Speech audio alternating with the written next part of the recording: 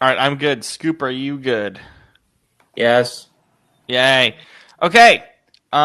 With Shane, Brandon, and Scoop. Brandon and Scoop are gonna take this over beyond belief in the next maybe hour, I guess. I don't know how long you guys are gonna blow up about this game. And then Shane's gonna give us some whiteboard about this Eagles Cowboys game, which is also gonna add to Brandon and Scoop's frustration. I'm prepping it Re- right now. No, yeah. it might actually make me feel better because at least I know somebody intelligent's going to have some better insight than whatever we saw today. Well, It's okay. 31. It's 31-7 Rams Bucks really quick. I don't have much on this game. The Rams are just dominating in all facets. Shane, do you have anything on this game? I know you said you wanted to talk about it for a couple seconds. I got nothing here. I do have something. Um, as of right now, the Rams are, in my opinion, the best team in the National Football League. Yes, Um, I would agree. I, I, I would agree with that. I and think that's so. it. Yeah, That's I all think I Yeah, have to so. say. that's literally all I have about this as well. I mean, it's very clear. 31-7. What else can you do? If this gets good at any point, we will update you. We obviously have the game on. I have the game on. So we'll keep you updated. But I swear this is not an Eagles podcast, but this might take like an hour. Just I mean, Brandon and Scoop losing It their mind. has to be tonight, given what the Yeah. hell that was.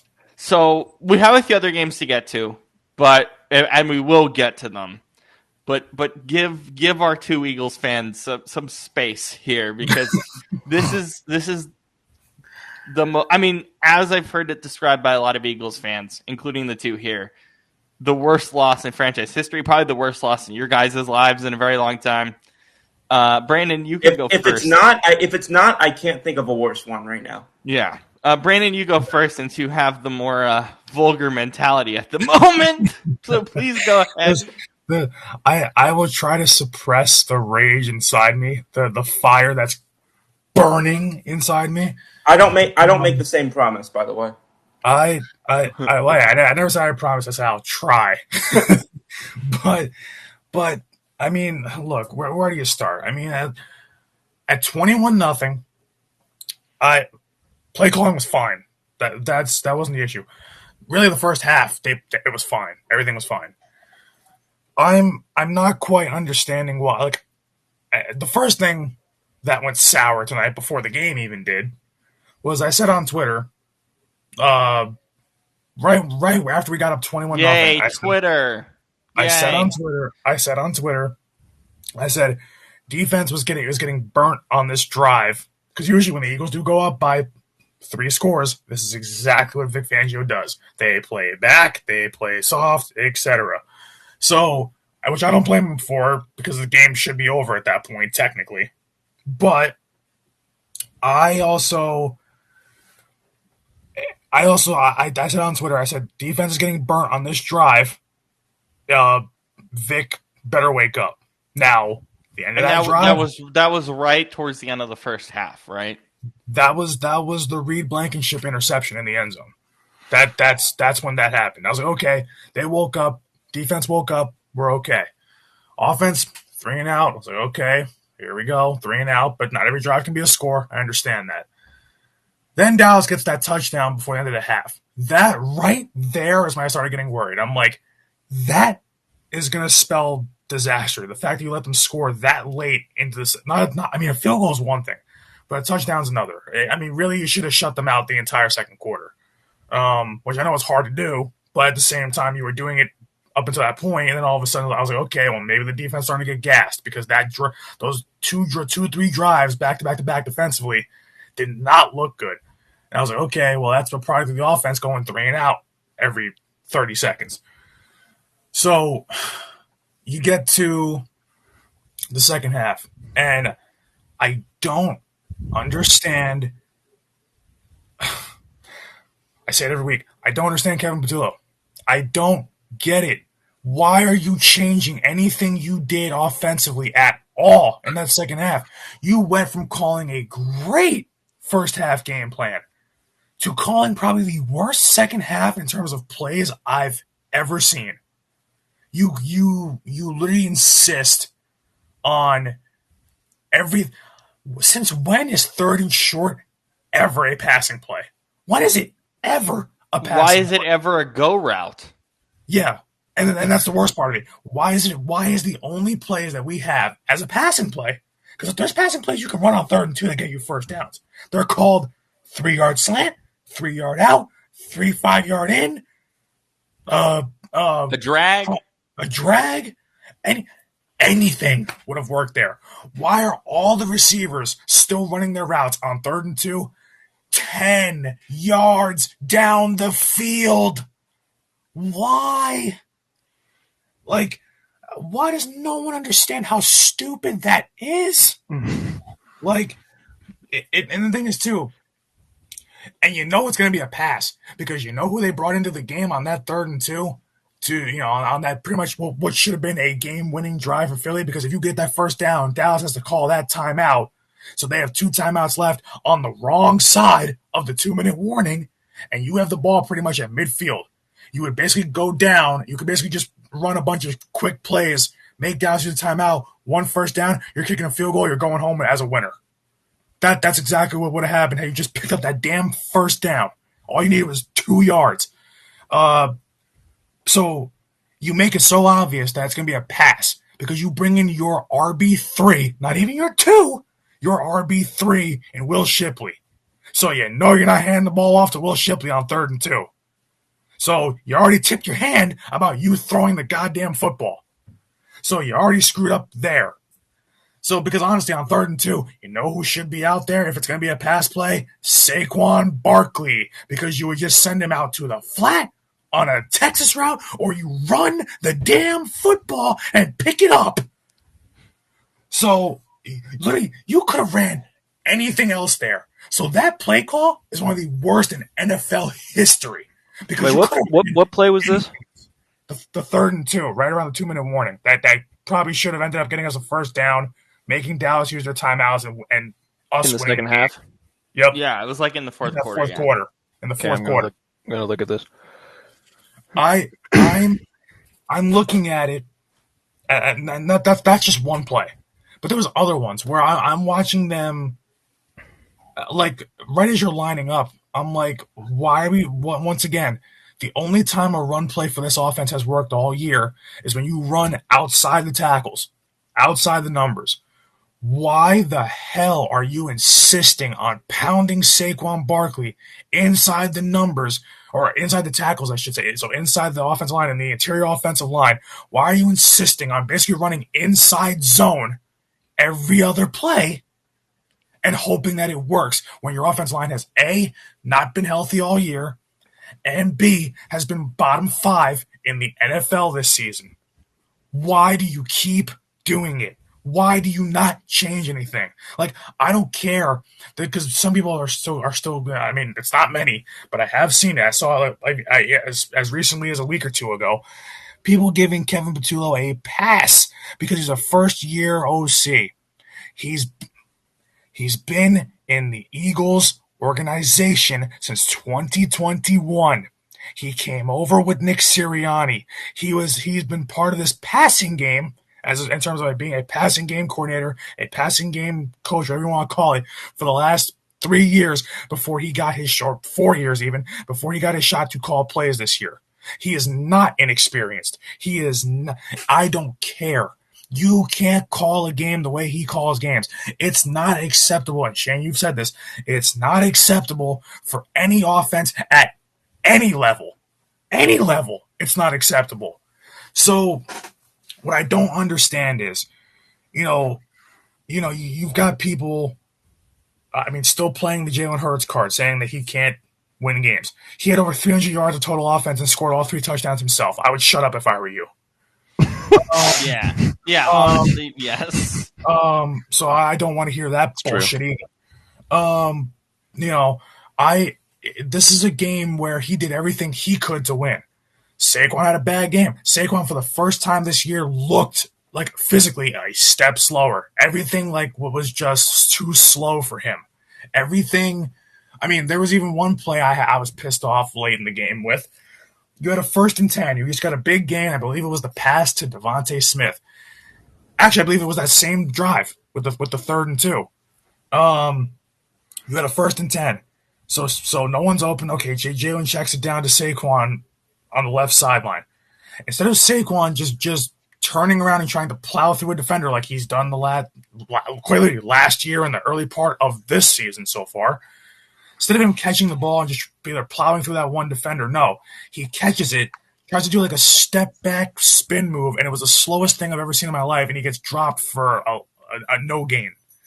You should have at least had 2 or 3 yards on that play. If you just catch I don't it know why he was trying to spin in that moment at all. I don't even know why you're trying to catch and spin move near the sideline to begin with. So, like, it looked like Saquon just couldn't process the game today. The offensive line was terrible again. This was the worst. Actually, this is the worst game the offensive line has played all year, because even though they only sacked, I think, Jalen twice in this game, they got so much pressure in his face, especially in that second half. Every play, Jalen was under pressure and the pocket collapsed. It was a miracle he was even completing passes at all at that point. So, like, A.J. Brown actually had a good game for once. A.J. Brown actually looked like the old A.J. Brown for once this season. Devontae Smith actually played well, had a huge catch that led to a touchdown drive. Like, the guys played. Dallas Goedert had a good game. Grant Calcaterra actually didn't have that bad of a game today for once this season. Can I pause you for a second? I just saw a really disgusting stat. Are you ready for this? Yeah, go ahead. You guys are going to be really pissed off. The Eagles have played 3 scoreless halves this season. Can you guess who's had more? What do you mean? Who's had more? Giants. Oh, who's gotten shut out more? Who's gotten shut out Who's more? gotten shut off in Us? halves more this season? It's 1 more than the Cleveland? Eagles, so it's 4. No, I was Cleveland? gonna say I was gonna say something like Tennessee. Not the Giants. Raiders. That is correct. It's the Okay, Tennessee Titans with 4. That's disgusting.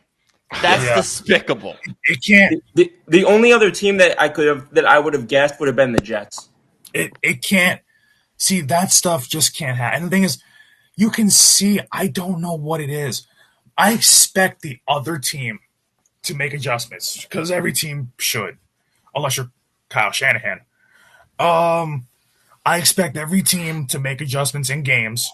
No matter what, even if you're winning a game, there's still things you could do differently to ensure that you're going to win. Things you can change in the second half, things you can tweak a little more, whatever it is. They got into the second half. Everything changed. I don't understand when you see those play calls in the first half and you're up 21-0 early in this game. Why would you change anything? Why would you change it? How, as a professional coach, how does that go through your mind to do That's a everything? bit generous to call him. Yeah, honestly, I wouldn't let him coach a Pop Warner team. Honestly, if he was coaching a Pop Warner team and I was a father, he would get literally a stiff right and a left right to the jaw. I'm so angry watching him blow games because he cannot just do the most simple things that you ask an NFL coach to do. Like we've talked about before, right? About Kyle Shanahan not adjusting, and it's cost him games. But at least he knows how to still call plays. Even Mike McDaniel, as bad as he's been, can still call plays when needed. Any of these coaches that we consider bad at this point or losing their luster or whatever it is, they can still do the most basic things to win games. I've never in my life said, listen, we sat through Brian Johnson in 2023, but Brian Johnson's offense was never this bad. And I don't understand. And he didn't get to inherit the skeleton of a team that just won the Super Bowl. Yeah, you are literally getting the exact same offense that has been together for the last, minus Saquon, for the last 3 years. You get Saquon last year. They win it all. Great offense, especially second half of the season. Offense exploded. They took off. But on both sides, passing and rushing. Then you get to the Super Bowl. You get to the playoffs. They beat everybody. It didn't look great, but they won the games they had to win. The offense did enough, both passing and rushing. They beat them both ways. This year, with the Eagles, it's like I watch the same 3 play, especially when they go stale, because that first half was fine, but You cannot, like, I'm looking at this game, and not just this game, but other games this year. You can't tell me that Kevin Patullo is the same person calling these plays from one half to another, because it's a completely different offense. So who's calling these plays? And why is he being allowed to? If it's that stark of a difference, why is he being allowed to call a second half or for whatever it is? Like, it doesn't make any sense. If Dan Campbell can take the play sheet from his OC, and listen, they don't look good right now, Detroit, but if he can take his play sheet from the OC and not be afraid to call his own plays and to give his own players knows what his offense needs to do to win games. If he can do that, at this point, listen, I don't like Nick Sirianni either because it's going to be the same offense. But at this point, I would rather I'd rather my dead dog from 10 years ago call plays for this offense than that moron out there in Philadelphia. Because I've never seen somebody with such incompetence on a football field, player or coaching-wise, in my entire life. I've been watching football for 20 years. I've never in my life seen such incompetence. And that's saying a lot when we've seen Matt Canada, we've seen Kyle Shanahan not adjust, like I said before. We've seen Brandon Staley. Yeah, we've seen him in LA. I like to take shots at that guy whenever possible. We've seen Matt Eberflus. Like we've seen nothing but garbage come through the NFL, especially in the last 5 years. And you know who the worst of them probably is? That man in Philadelphia. I hesitate to even call him a man because honestly, what is he at this point? So I don't understand how you can be part of an offense that has these kinds of guys on it. These are all Super Bowl champions. These are all guys up till this year were considered, most of them were top 5 in their positions in football. You take it and you run it into the damn ground week after week after week. And we hear in the post game and the press conferences all the time, like it becomes a broken record. Now I understand that you can only say so much. Oh, we gotta fix it. But at some point, what the hell are you fixing where it doesn't change every week and it's the same regurgitated crap, both in the press conferences and on the field? At what point do things seriously, like for real, have to change? Because you can't keep saying the same thing every week and nothing changes. They said this in 21 before Steichen took over. The offense completely flipped. It actually became fantastic rest of that season. 22, fantastic. 23, not great. We didn't like Brian Johnson, but holy hell, did I ever think it could be worse than him? And this isn't even worse. It's not even worse by this much. It's about 10 to 100 times worse than that. Wait, can you guys hear me okay? Yeah. I didn't want to interrupt him, but for about the last 90 seconds, I was like, is Rob trying to talk to us and muted? Yeah, no. My mic bugged. I fixed it. Okay, so I wanted to pause you really quick, Brandon, because is the Kevin Patullo, is it called the Kevin Patullo list, or is the list abolished because Kevin Patullo has been the worst you've ever seen? I mean, at this point, God, I really hope that I'm gonna check the screen too really quick. Whoever hires him next season, either as an OC, you think he's gonna get hired? I mean, if he's being, I'll say this. People forget this. Maybe not as a coordinator, Matt LaFleur was hired as a head coach after having a really badly ranked year as the offensive coordinator for Tennessee. Just because you're low ranked or your offense is low ranked as a coordinator doesn't rule you out automatically for head coaching jobs sometimes. And there are very stupid teams in the NFL that are desperate for help. We're good. So you know what? Like, you know what I want at some point for both Jalen Hurts' sake and this offense's sake? I just want a coordinator that's going to stay. And I know that that's hard to come by. But that's really hard, yeah. But yeah, when you're a Super Bowl contender, yeah, it's hard to come by. But there's teams out there who've had the same coordinator for 3, 4, 5 years. Why can't we have that? Why can't we get somebody that wants to stay? Because it would help so much if we had somebody that wants to stay. I'm tired of every year having a different OC. Scoop, 14 penalties for 96 yards for your Yes, Philadelphia I Eagles. watched every single one of them. I didn't even get into that. I can't. We can't get into it all because this game was so bad. Like, oh my god, man. Scoop, you can go from there if you'd like. Yeah, so like you mentioned, 14 penalties, and I just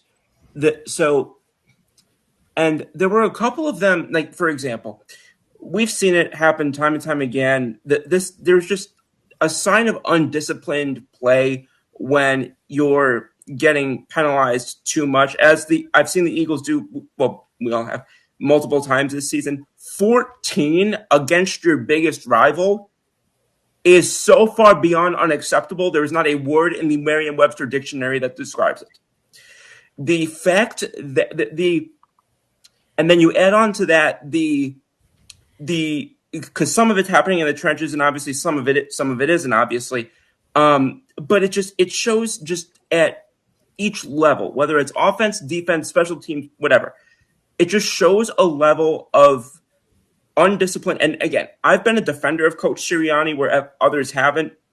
But at the end of the day, that in particular, like details and discipline and whatever, that does fall at least partially on the head coach. So that does at least fall partially on Coach Sirianni. And the fact that it was on, this game in particular, it was on it's been a trend. It's not like this just happened out of nowhere and they were one of the 5 least penalized teams in football coming into tonight. No, this has just been a trend that just happened to bubble over today in the worst possible way at the worst possible time. And then you compound that with more injuries. We saw Makuba go down. We already lost future Hall of Fame tackle Lane Johnson a week or two ago to go along with the other 60% of our O-line that has gotten beaten up. We've got guys like Steen playing out of position. He himself is not helping with the penalty situation at all, and it's just, excuse me, and we'll go back. We'll come back to this part where this was probably the worst game I've seen Saquon Barkley play as an Eagle. Yeah. That being said, some of that stuff, some of what happened today, I 100% blame him for. The stuff that I don't blame him for is these stupid ass inside zone calls, running him right up the chute behind two guards and a center who are not starting centers and guard in the NFL. They are not. For any team that's remotely fully healthy or remotely knows how to develop in the trenches, those guys are not playing in those positions by any stretch of the imagination, unless you're trying to tank. Which last time I checked, a team that was 8-2 or whatever the hell our record is wasn't trying to tank. Okay, but the protection I saw up there, I don't think protection has failed that badly since the Petulo marriage back in the 1970s. You haven't watched the Raiders enough. But that is the worst O-line I've seen in years. I can't think of any more damaging failure of protection for the Eagles than that when Petulo was born. But I don't think. But just looking at everything from the top down while we were watching today, and then like Brandon was talking about the play calling, but here's the problem: the play calling's been that, and what was even more cruel is that we got teased in the beginning of the game with we were basically like this team basically blue balled us in the fact that we had actually been exposed in the beginning to actually more promising and more dynamic play calling. Brandon, I know, was a little bit peeved in the beginning that it was so pass heavy, but eventually, like some of what we started to see how it was going to build on one another. And again, that's how you build a 21-0 lead. How the hell? I understand you let it. Not that I understand letting a team back in, but I understand that a team more or less is going to chip into a 21-point lead when they have over 30 minutes of regulation left. I understand that. But this was one of the worst defenses in the NFL this season. And you couldn't score a lick off of them in over a half hour.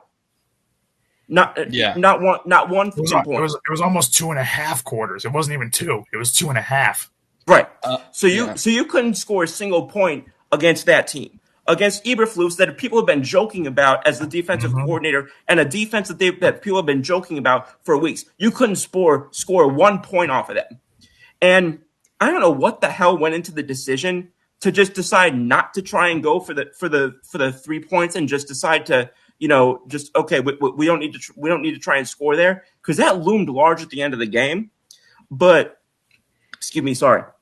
But at the same time, looking at the amount of opportunities they had to try but again, complimentary football, right?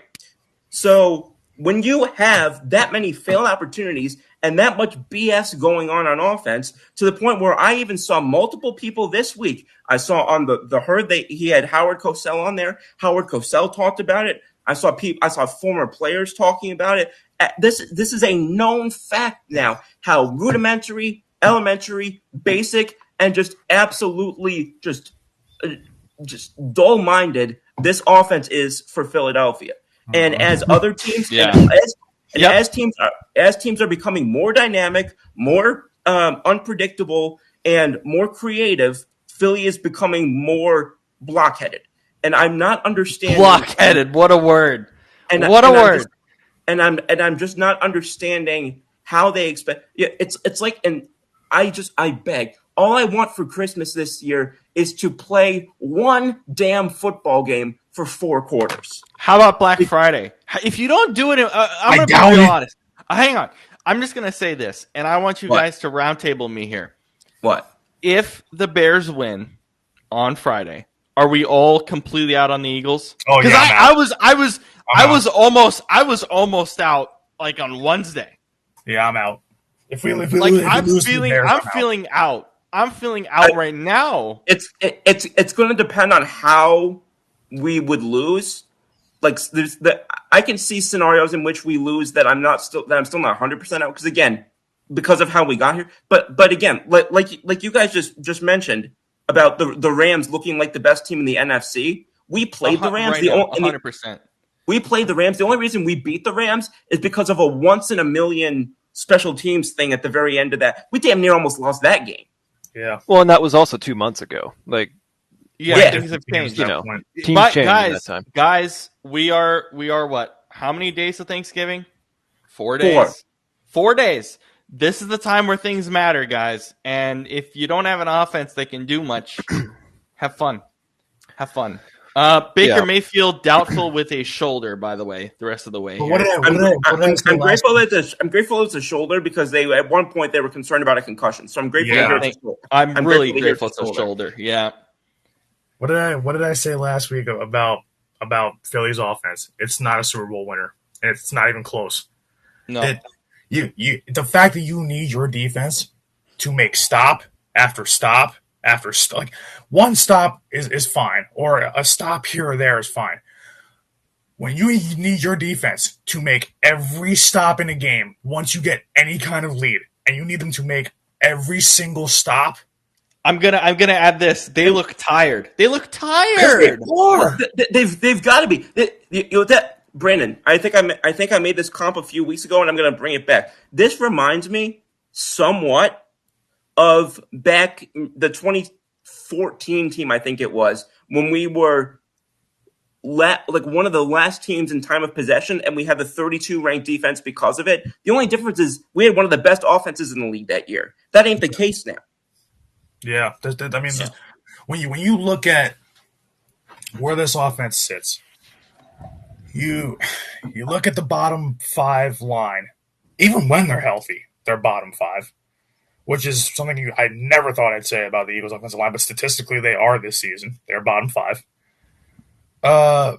When you look at, Saquon, for some reason, all of a sudden has looked like he's lost a step. I don't know where the hell that came from, but today really showed it. I was like, wow, he does not look they're also not cutting him to the outside nearly enough. So he's taken a freaking bruising behind those 3, interior offensive, linemen in name only. So we've got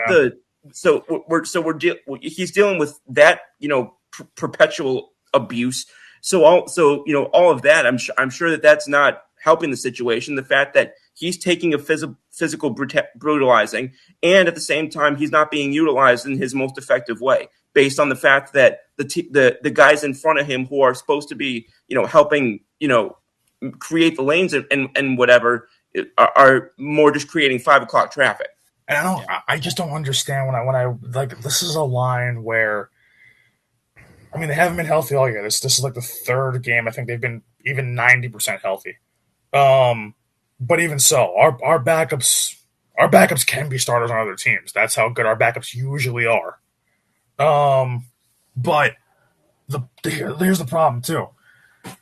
I don't think, and I'm not going to use this as much of an excuse because even 50% of them is still better than 90% of the NFL's offensive linemen. But, you know, and they have been injured, but Landon Dickerson and Cam Jurgens have been severely disappointing this year. They've been terrible all season long. Landon Dickerson's been, I mean, listen, hurt, yes, but even so, you're supposed to be one of the top guards in the game, if not the top guard in the NFL. And you're playing like this. You're getting beat off of the ball almost every play. Cam Jurgens, all of a sudden, you know, for some reason, this guy was great last year, was phenomenal last year.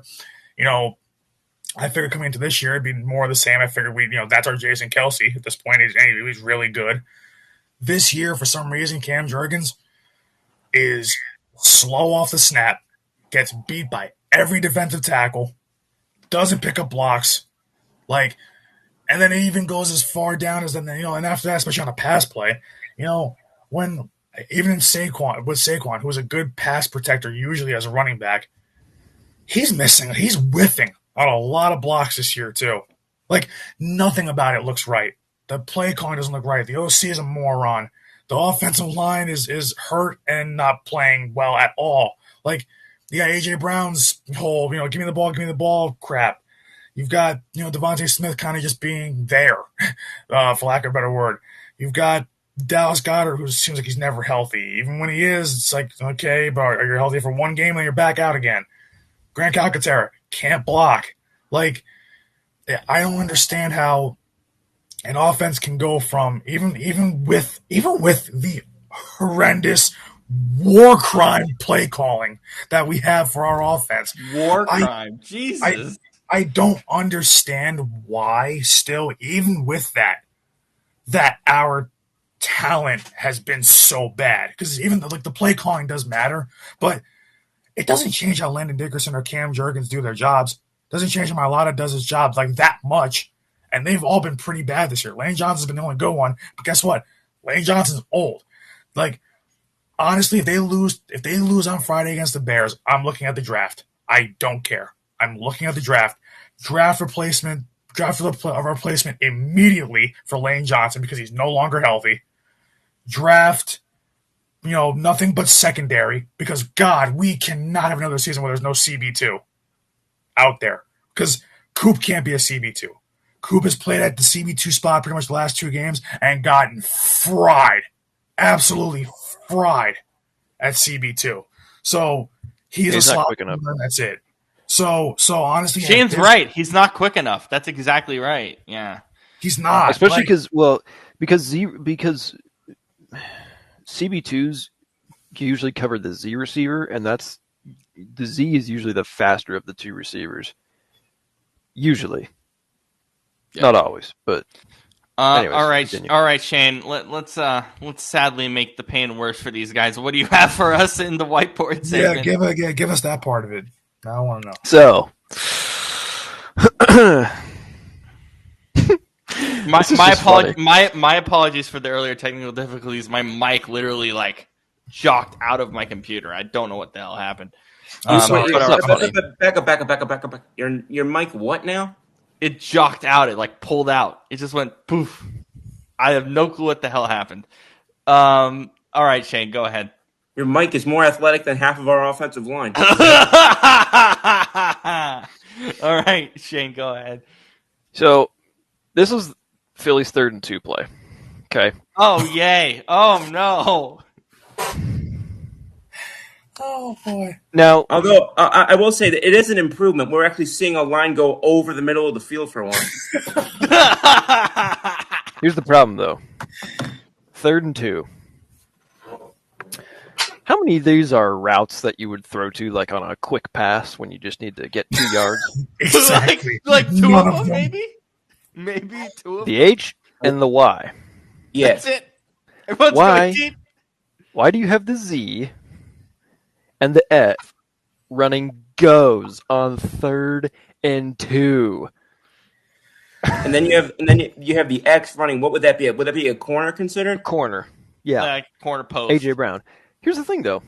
AJ Brown, who's, what is he, 6'3", 220, big, strong guy. He got Something like that. jammed. And Pringles, what the? He got jammed by the field side corner. He only made it to about here. And then he basically threw him off his path and he was out. How he let that happen is beyond me. Oh, Jesus. So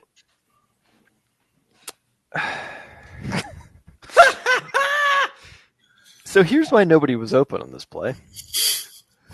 A.J. Brown gets jammed there. Jalen Hurts was looking his way. I think he was the primary target, which makes sense because, I mean, as far as I can tell, based off this defense, he would theoretically be the only one open. Yeah. Which, again, why you're throwing a 15-yard corner on 3rd and 2, I don't know, but here we are. So, they have F running. So he's out. He gets jammed somehow. Somehow. We don't even Somehow. know. I don't know. Okay, what about F? Well, he's running a go into the free safety who is 8 yards deep and already has a running start on him. That's out. That's out. That's not going to work. You run a go on somebody who's pressed on you and you release outside of them. Okay, so that's done. Y has the nickel playing on him in man, and the Warrior is sitting right here in the middle. He's out. Z, Devontae Smith, he does get some leverage past him, but then Rover safety is playing this deep third because that's the only person he has to play the deep third because no one else is deep because they messed up. And then H has nowhere to go because Tiger comes down and covers him. So you tell me how this makes any sense. I'll give you a hint. It does not. It does not. Jinx. And this is the thing that's really depressing. Okay. Depressing. You're holding it. It gets it gets worse, guys. It gets worse. How? Explain. How? Jalen Hurts was pressured almost immediately. Yep. Yeah. I know. You know what the front four was doing? You'd think, okay, if they got pressure that quick, surely there was a switch or someone got good inside leverage or they shot gaps. Nope. The end went straight ahead, tackle, went straight ahead, nose, straight ahead, end. Everybody Everyone went straight. Yeah. And their 4 dudes beat the Eagles' 5 linemen. Just going straight ahead. No one shot a gap. That's depressing. No one switched. Nothing. So, yeah. This is why Kevin Patullo sucks. In this case, I think if I were to do it differently, I would have. Well, first of all, I would have ran the ball. Thank you. But if you're gonna pass, and If you know, let's must. yeah, and and just for the sake of it, okay, let's keep them in tray left tray left open because that's what they're in right here. Okay, tray left because you have 3 receivers on this side. Tight end is detached from the offensive line. So that means it's tray as opposed to trio. If it was trio, the tight end would be attached. So, let's see. Let me just erase this. We're racing the whole play. No, I'm just erasing 2 routes. Can I erase the last 5 hours from my memory? I would absolutely erase the whole play. And actually, I would erase every play in the second half and start over. This is a really simple fix. It usually is. And Kevin Patillo can't figure it out. Oh, I can't wait to see this. This is going to be fantastic.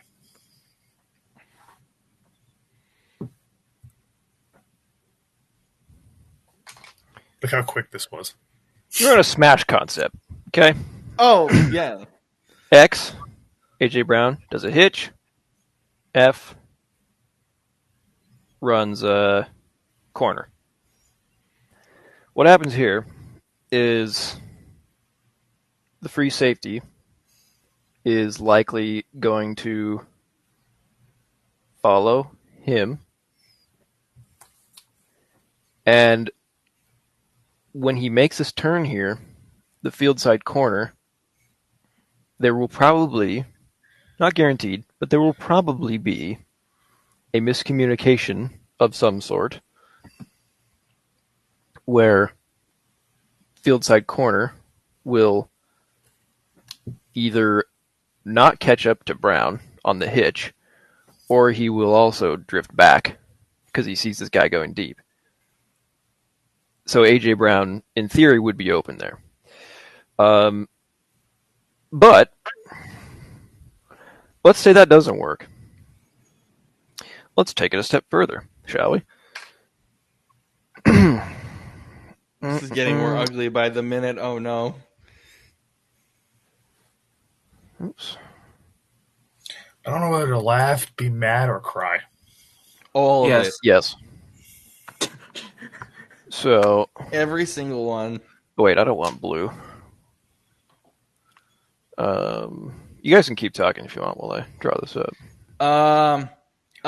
Let's talk about more bad play calling. The Lions don't know what they're doing with Dan Campbell. Because Dan Campbell doesn't know what he's doing. It's like what aggressive to a fault on everything. It's the Giants. You let Jameis Winston throw all over you because all these defenses suck in the league. I mean, hell, Tampa's giving up 450 yards or however many yards they're giving up right now in the third quarter. It's like shit. What are you drinking? The corpse of a macchiato. Yikes. But it's ugly. Scoop, I don't think this can survive for the Lions with your head coach calling plays. I just don't think it can survive. I don't think that him calling plays was intended to be a long-term thing. I think he's just doing it for now until he can find somebody he trusts more. Trust your offensive coordinator who actually knew how to call plays the first half of the season. I genuinely I couldn't hear you. Say that again. No, I was saying, how about you trust your offensive coordinator who was actually okay calling plays the first half of the year? Well, clearly he didn't agree with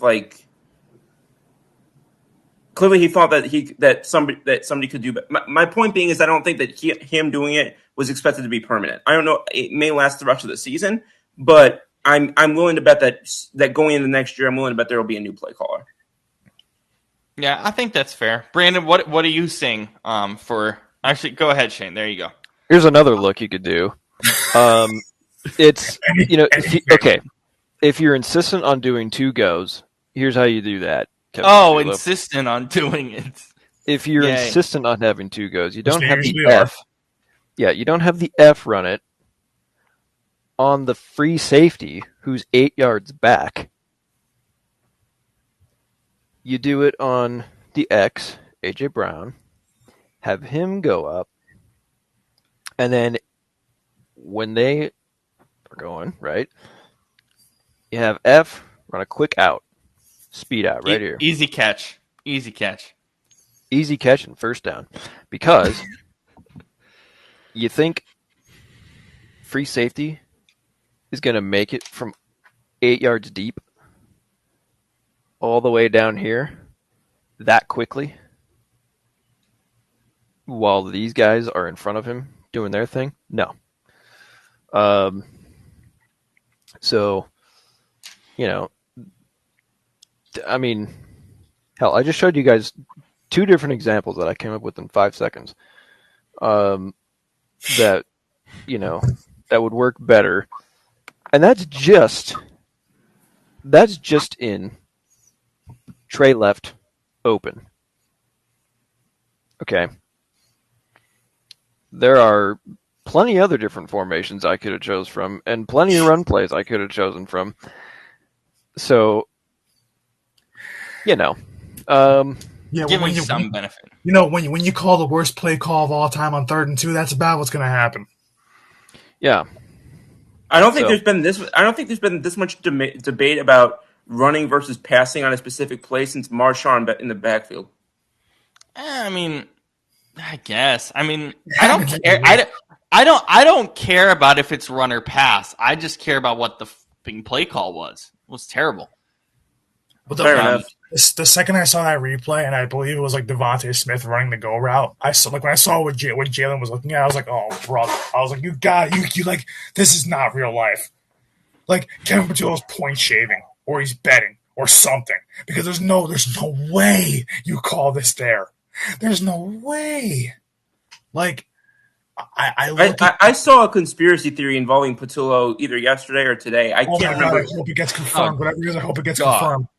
I can't remember even. I can't even remember what it was. I got to go back and dig up the records. But whatever it is, I hope it's confirmed. But it's just it's hard to process that these decisions are being made by somebody who has a vested interest in seeing a repeat in Philadelphia, because it feels like you could bring down the people from the New York Jets who are using Madden ratings to make decisions, and I feel like they would actually do a better job at this point. Yeah. All right. Let's get to the Lions. Brandon, what did you see in terms of play calling on offense for them today? I mean, it's just, listen, their best strength right now is oddly enough, it's not ours, but their best strength is running the ball up the middle. Like for some reason with Montgomery and with Jahmyr Gibbs, every time they run that ball up the middle, it opens so much. It opens up so much for that offense. Now listen, it's not great when you have Dan Campbell going for it on every 4th down, and so that's ultimately why you're losing games, is because your head coach is an idiot, just like our head coach is. But at the same time, I look at how they're kind of, I guess, it looks just disjointed. It looks more disjointed. It doesn't, like, the plays don't look that different to me compared to when Ben Johnson was there and whatnot in the last 2 years. But I look at them and I'm like, it feels like it's off. It feels like it's just slightly off, either in timing or in, I mean, Laporte is going to be done, pretty much is done for the year. That impacts the offense. He is. He's actually out for the year. Yeah. So that impacts the offense. But like, I don't think they're using Amon-Ra as anything other than. I mean, he's their primary receiver. I get that, but he feels more like a decoy. It's really weird. Yeah, it doesn't feel like they're using him like they did in the past year or two. It just feels like he's more so. Yeah, either a decoy or they're just giving him almost like it's almost a Kevin Patullo thing where they're giving him bland routes to run, where it's like he's not running anything that's going to fool a defense. Like there's no, at least from what I see, I believe from what I've seen, I don't know if it's true. Maybe then I've got to find numbers on it, but I don't think they've used.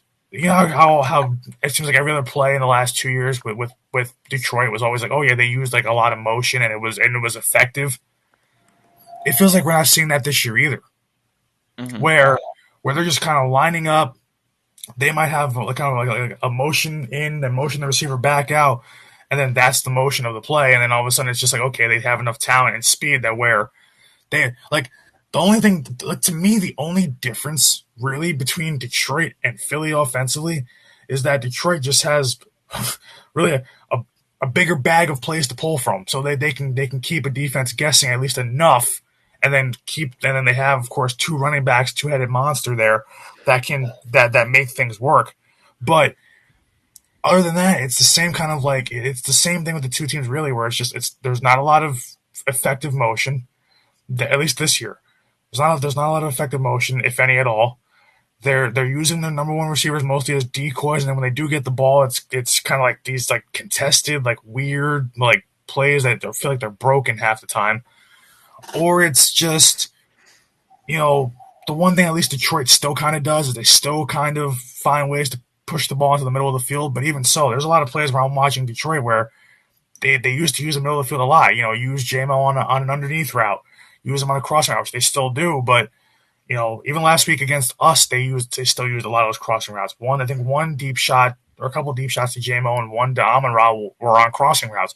But it feels like for every crossing route, it just feels like they're running a lot of plays, kind of just like the rest of the NFL this year that we said, every week about these offenses as a whole in this league. So many of these plays are going to the sideline outside the numbers. Why? The middle of the field is usually wide open. It's the largest part of the field. Why would you cut off a third of the field to run these plays pretty much by the numbers or to the sideline? It doesn't make any. It's not a high percentage play.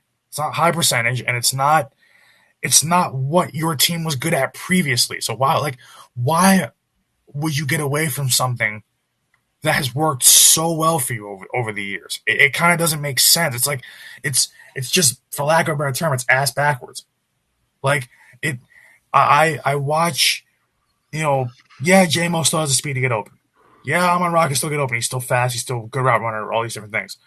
But that's only so good until you can't vary it, can't stagger these kind of their skill sets and kind of stagger these plays enough to where you're keeping defense. Like every the last 2 years, it was always, the Lions can score 40, 50, whatever, and they can run plays out of almost any formation. And the thing is, I don't remember ever in the last 2 years seeing from one game to the next where Detroit didn't kind of change up the formation. Like, feels like every other drive. One drive would be in one formation, next drive would be in another, next drive would be in another. They would end up, trick plays, scoring touchdowns, all these different things. I don't see any of that this year. The trick plays, I think, have gone down, which you shouldn't have a lot of them anyway, but for them, it worked. Trick plays have gone down.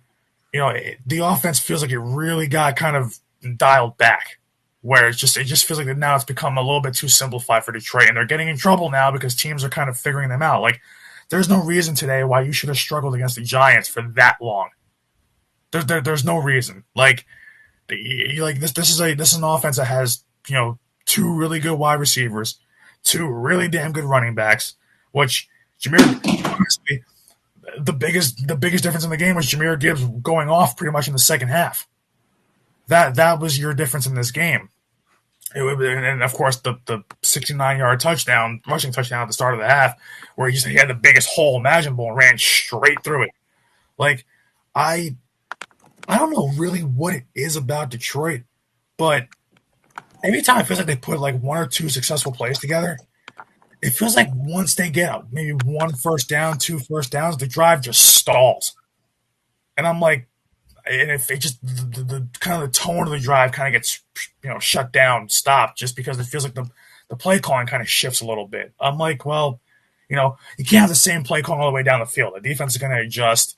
Once you get into the red zone, obviously the field shortens, so you got to call different plays. But I don't get with Detroit where it feels like just every time they get a little bit of momentum, it kind of gets like another year they got a little bit of momentum and that was game over. Now they get a little bit of momentum. And they all of a sudden they shut it down just as fast too.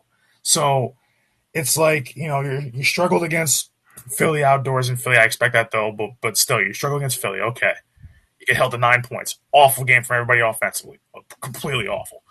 But today, you won the game against the Giants, but you really shouldn't have. Like, the Giants more so lost that game than Detroit won it, and Detroit just won it just pretty much off the back of Jahmyr Gibbs. He was the only guy that actually played well today. So it's weird. It just feels like that they don't feel like anybody can get the ball in this offense and make a difference. It feels like if it's not Jahmyr Gibbs this year, it feels like it's nobody. Yeah. And that's not good. Yeah, Shane, are you noticing similar things? Yeah, I mean, it's, I think it's a situation of just play calling that is not clever,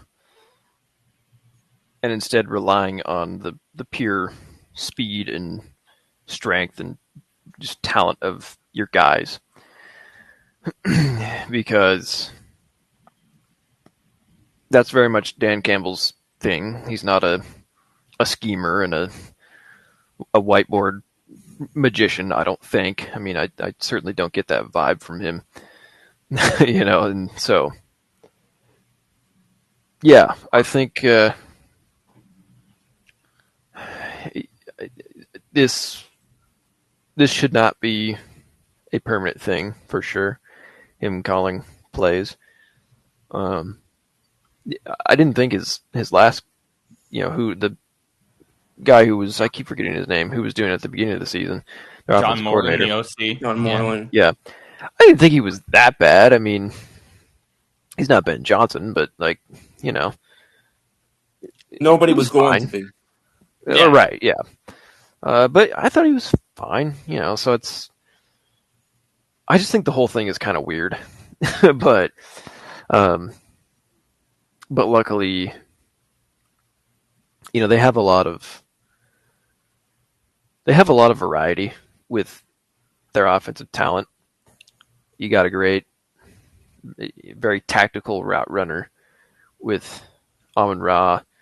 You got the speedster with Jamison Williams, and then in the backfield, I mean, Gibbs is very kind of finesse, very quick, very slippery, and Montgomery, he's a workhorse back there. So you have a lot of options, I would say, but it doesn't. That alone will not win you games. I mean, look at today. The fact that against the Giants, like, yikes. So, yeah. But anyways, All right. I'm going to roundtable this one as well. Is anyone out on the Indianapolis Colts? no. No. I'm starting to get there. I'm starting to get there as well. Shane, why are you at a no? Because okay. I was never super high on them to begin with. Even though they had the best record, I was like, yeah, but they seem like they can't, or I shouldn't say can't. They seem like they have trouble closing it out in big games. All right, this is something that we've kind of noticed from the beginning, and I think that's still true. So we saw that today, and it's Kansas City is having a bit of a down year, but they're still competitive, and it was in Arrowhead, so it's. I'm not going to look at one game and be like, oh, no, they're done. It's like, no, I mean, this is still kind of what I thought they were. But, and what I thought they were is like, they would win the division and maybe win a wild card, but probably not make it past the divisional round. And that's it. And that's still how I feel about them. So, Yeah. So, yeah. Yeah. All right, Scoop, what say you on Indianapolis? First off, the question. I mean, you asked the question, why are you not out on the Indianapolis Colts? I mean, quite frankly, I think that I would need more of a reason to be out than I need one not to be. I mean, that kind of is already. I have that kind of just doesn't jive with my mentality. Like if I'm already in on somebody, I need more of a reason to shift to out than I do to stay in on them. But But Can I give you two reasons? two reasons? What? Two reasons why I'm starting to feel out. Yeah, of course. Jonathan Taylor, if he can't get going, the team's not good. They're just not good. Okay. And then Sauce Gardner can't get out of his own way. Okay, I don't disagree. I don't disagree with that. And in the early return, obviously Sauce Gardner looking like not a good trade for them with the Jets.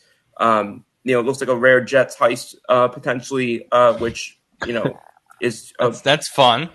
Which typically that's how they happen. Typically, they don't really make them skill wise. They typically just kind of fall ass backwards into them. It's like when the computer randomly offers you 2 first-round picks for that player that you were going to trade and you were going to be excited to just take a third rounder for. Every NBA 2K game ever. Yeah, exactly. That's kind of where I was going for. But in any event, one of the reasons why I'm not out on them, with the logic that you just gave me, one of the reasons why that doesn't take me out on them or even really move me that far out of them is because at worst, that just makes them not better than what they already were. And I already saw them as a top team in the AFC. So just because they didn't get that much better by making that trade, it doesn't mean they got worse. Yeah, I don't like they don't have those first round picks. Those first round picks don't make a difference in how well they do this year. Yeah, I mean, if you were asking me about how do I feel about them next season, yeah, of course, it makes a difference. But next season doesn't happen between now and February.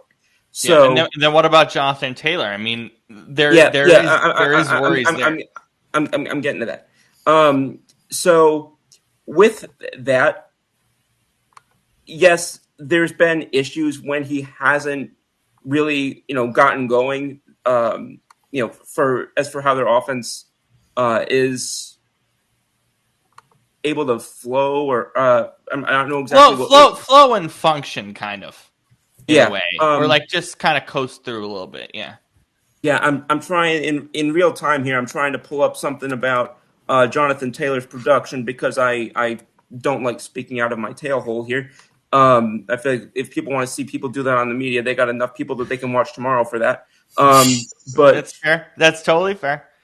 But here we are. Okay, Jonathan Taylor.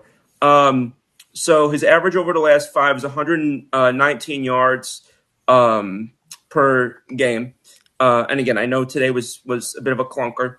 But again, we're still looking at a guy who's top 3 in a lot of thing. He was second in runs of 10 yards or more, which are classified as quote explosive runs. He's top 10 in a lot of things in terms of being a receiving back as well. So he's not just making difference in the rushing game; he's making difference in the passing game. And again, a good amount of this comes back to O-line production as well. They've had one of the more reliable O-lines in the game as far as run blocking was concerned. So I don't have a ton that makes me really lack confidence in their ability to produce the way that they need to. Again, I know that we saw a clunky game today, but I mean, I have seen them play a couple games where their rushing game was not really firing on all cylinders, and they were still able to if you want to say make it work or whatever the case may be. Of course, exactly when I'm trying to pull up the information that I need, it's not showing up. So you're okay. You're on the right track. You're fine. Yeah. And again, I'm trying to pull up what I'm looking for here, and for some reason it's elusive. But what it comes down to is there was really before today there were really 2 games where the running game didn't really get going. It was a game against Raiders and the game against the Dolphins before the wheels really started to fall off there. But almost every other team, when they played against the Broncos, when they played against the Steelers, I'm sorry, not the Steelers. Excuse me. Played against Los Angeles I think it was like 2 weeks after Denver. So they haven't played a ton of teams that they're going to really be seeing. And I know that was part of people's concern.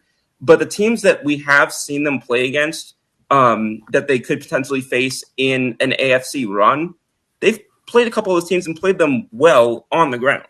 So the body of work from which we are drawing that they've actually put on the tape or put in the books or whatever, I don't know. I don't have that same level of concern with Jonathan Taylor not being able to make things happen.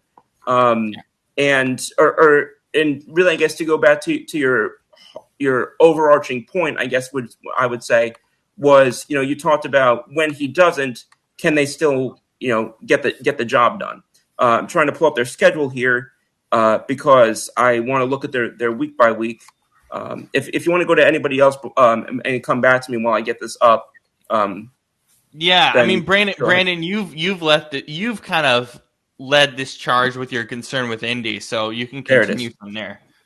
There it is. Yeah. No, go ahead, Scoop. Before I go ahead. Oh, okay. Oh, sorry. I didn't mean to cut you off. I was just saying that I had found what I was looking for. Do you want me to go game by game on their schedule? Well, no. I found the schedule now. All right, go. So their lowest graded games in terms of their rushing game were against the Dolphins. Like I said, the Dolphins, the Raiders. Oh my God! Breaking news! What? I'm sorry. Breaking news. What? Chip Kelly is out as the Raiders offensive coordinator. Per Adam Why Schefter. can't Philly do it? I love that. That's the reaction. I thought you were fixing to have to end that with he's being promoted to head coach. Nope, he is out. There you go. Per Adam Schefter. I really, really wanted that news to be Kevin Patullo. That's so weird because that contradicts what we had previously heard. Oh yeah, yeah. Which leads me to believe that report was not true. Well, clearly, or at least something changed. Yeah. Who reported that? Who reported that? Was it Diana Rossini? Diana Rossini? Jinx. That's like our fourth jinx tonight. We're operating the same wavelength. I don't think it. I mean, I know Rossini reported. I know it wasn't just Rossini though. No. So the fact that she's anywhere near it shows how wrong it was. So here's the thing, right? We did our whole spiel on Monday with the Raiders, and how bad it was. I'm going to be real honest about what I'm seeing with the Raiders, other than the bad offensive line, other than Geno Smith not knowing what he's doing at almost any point, except maybe a couple minutes here and there. I have very closely looked at Pete Carroll on the sidelines. He doesn't care. He looks like he just doesn't care. Guys, I'm being serious. Like, I don't think he cares about this roster. I don't think he cares about this team because this is not his roster. It's just not. Like, this is a roster made up of players that cannot get you to the playoffs. It's just not.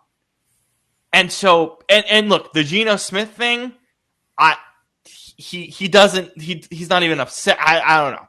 I personally believe from the body language and everything that I'm seeing, I think he believes that he just doesn't have the roster around Geno to make him successful offensively, and also defensively the team is a mess. I don't think the Raiders brass really care about this season. I don't think the coaching staff cares about this season. I think Chip Kelly getting fired says a lot because, as we talked about on Monday, the ideology was never there in the first place. So I don't get why he was hired. But there goes that. So, I mean, by the way, I'm gonna be real here. This is gonna take 2 to 3 years for Pete Carroll to build. I just don't think he has enough time to do that. Shane, do you believe so? Yeah, because I mean, you have to consider, like, when he was in Seattle. I mean, he had, at the time, one of the best owners. Yeah, John Schneider. Yeah, John Schneider, and they just, kind of well, they didn't happen to. They built that, the Super Bowl team, the Legion of Boom. The Legion of Boom, yeah. I mean, not on. Anytime you develop a dynasty, there is some luck involved. I don't think it's disrespectful to say that. Oh, Right. especially when you get guys like diamonds in the rough, 5th, 6th round picks, undrafted guys. Yeah. Right. So, look, I think having that kind of structure for him to walk Yes. into was very beneficial. Obviously. Oh, of course. Because that's like if you're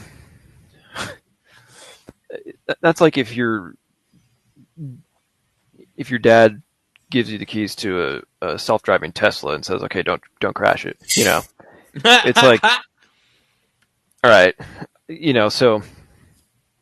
But now, this is.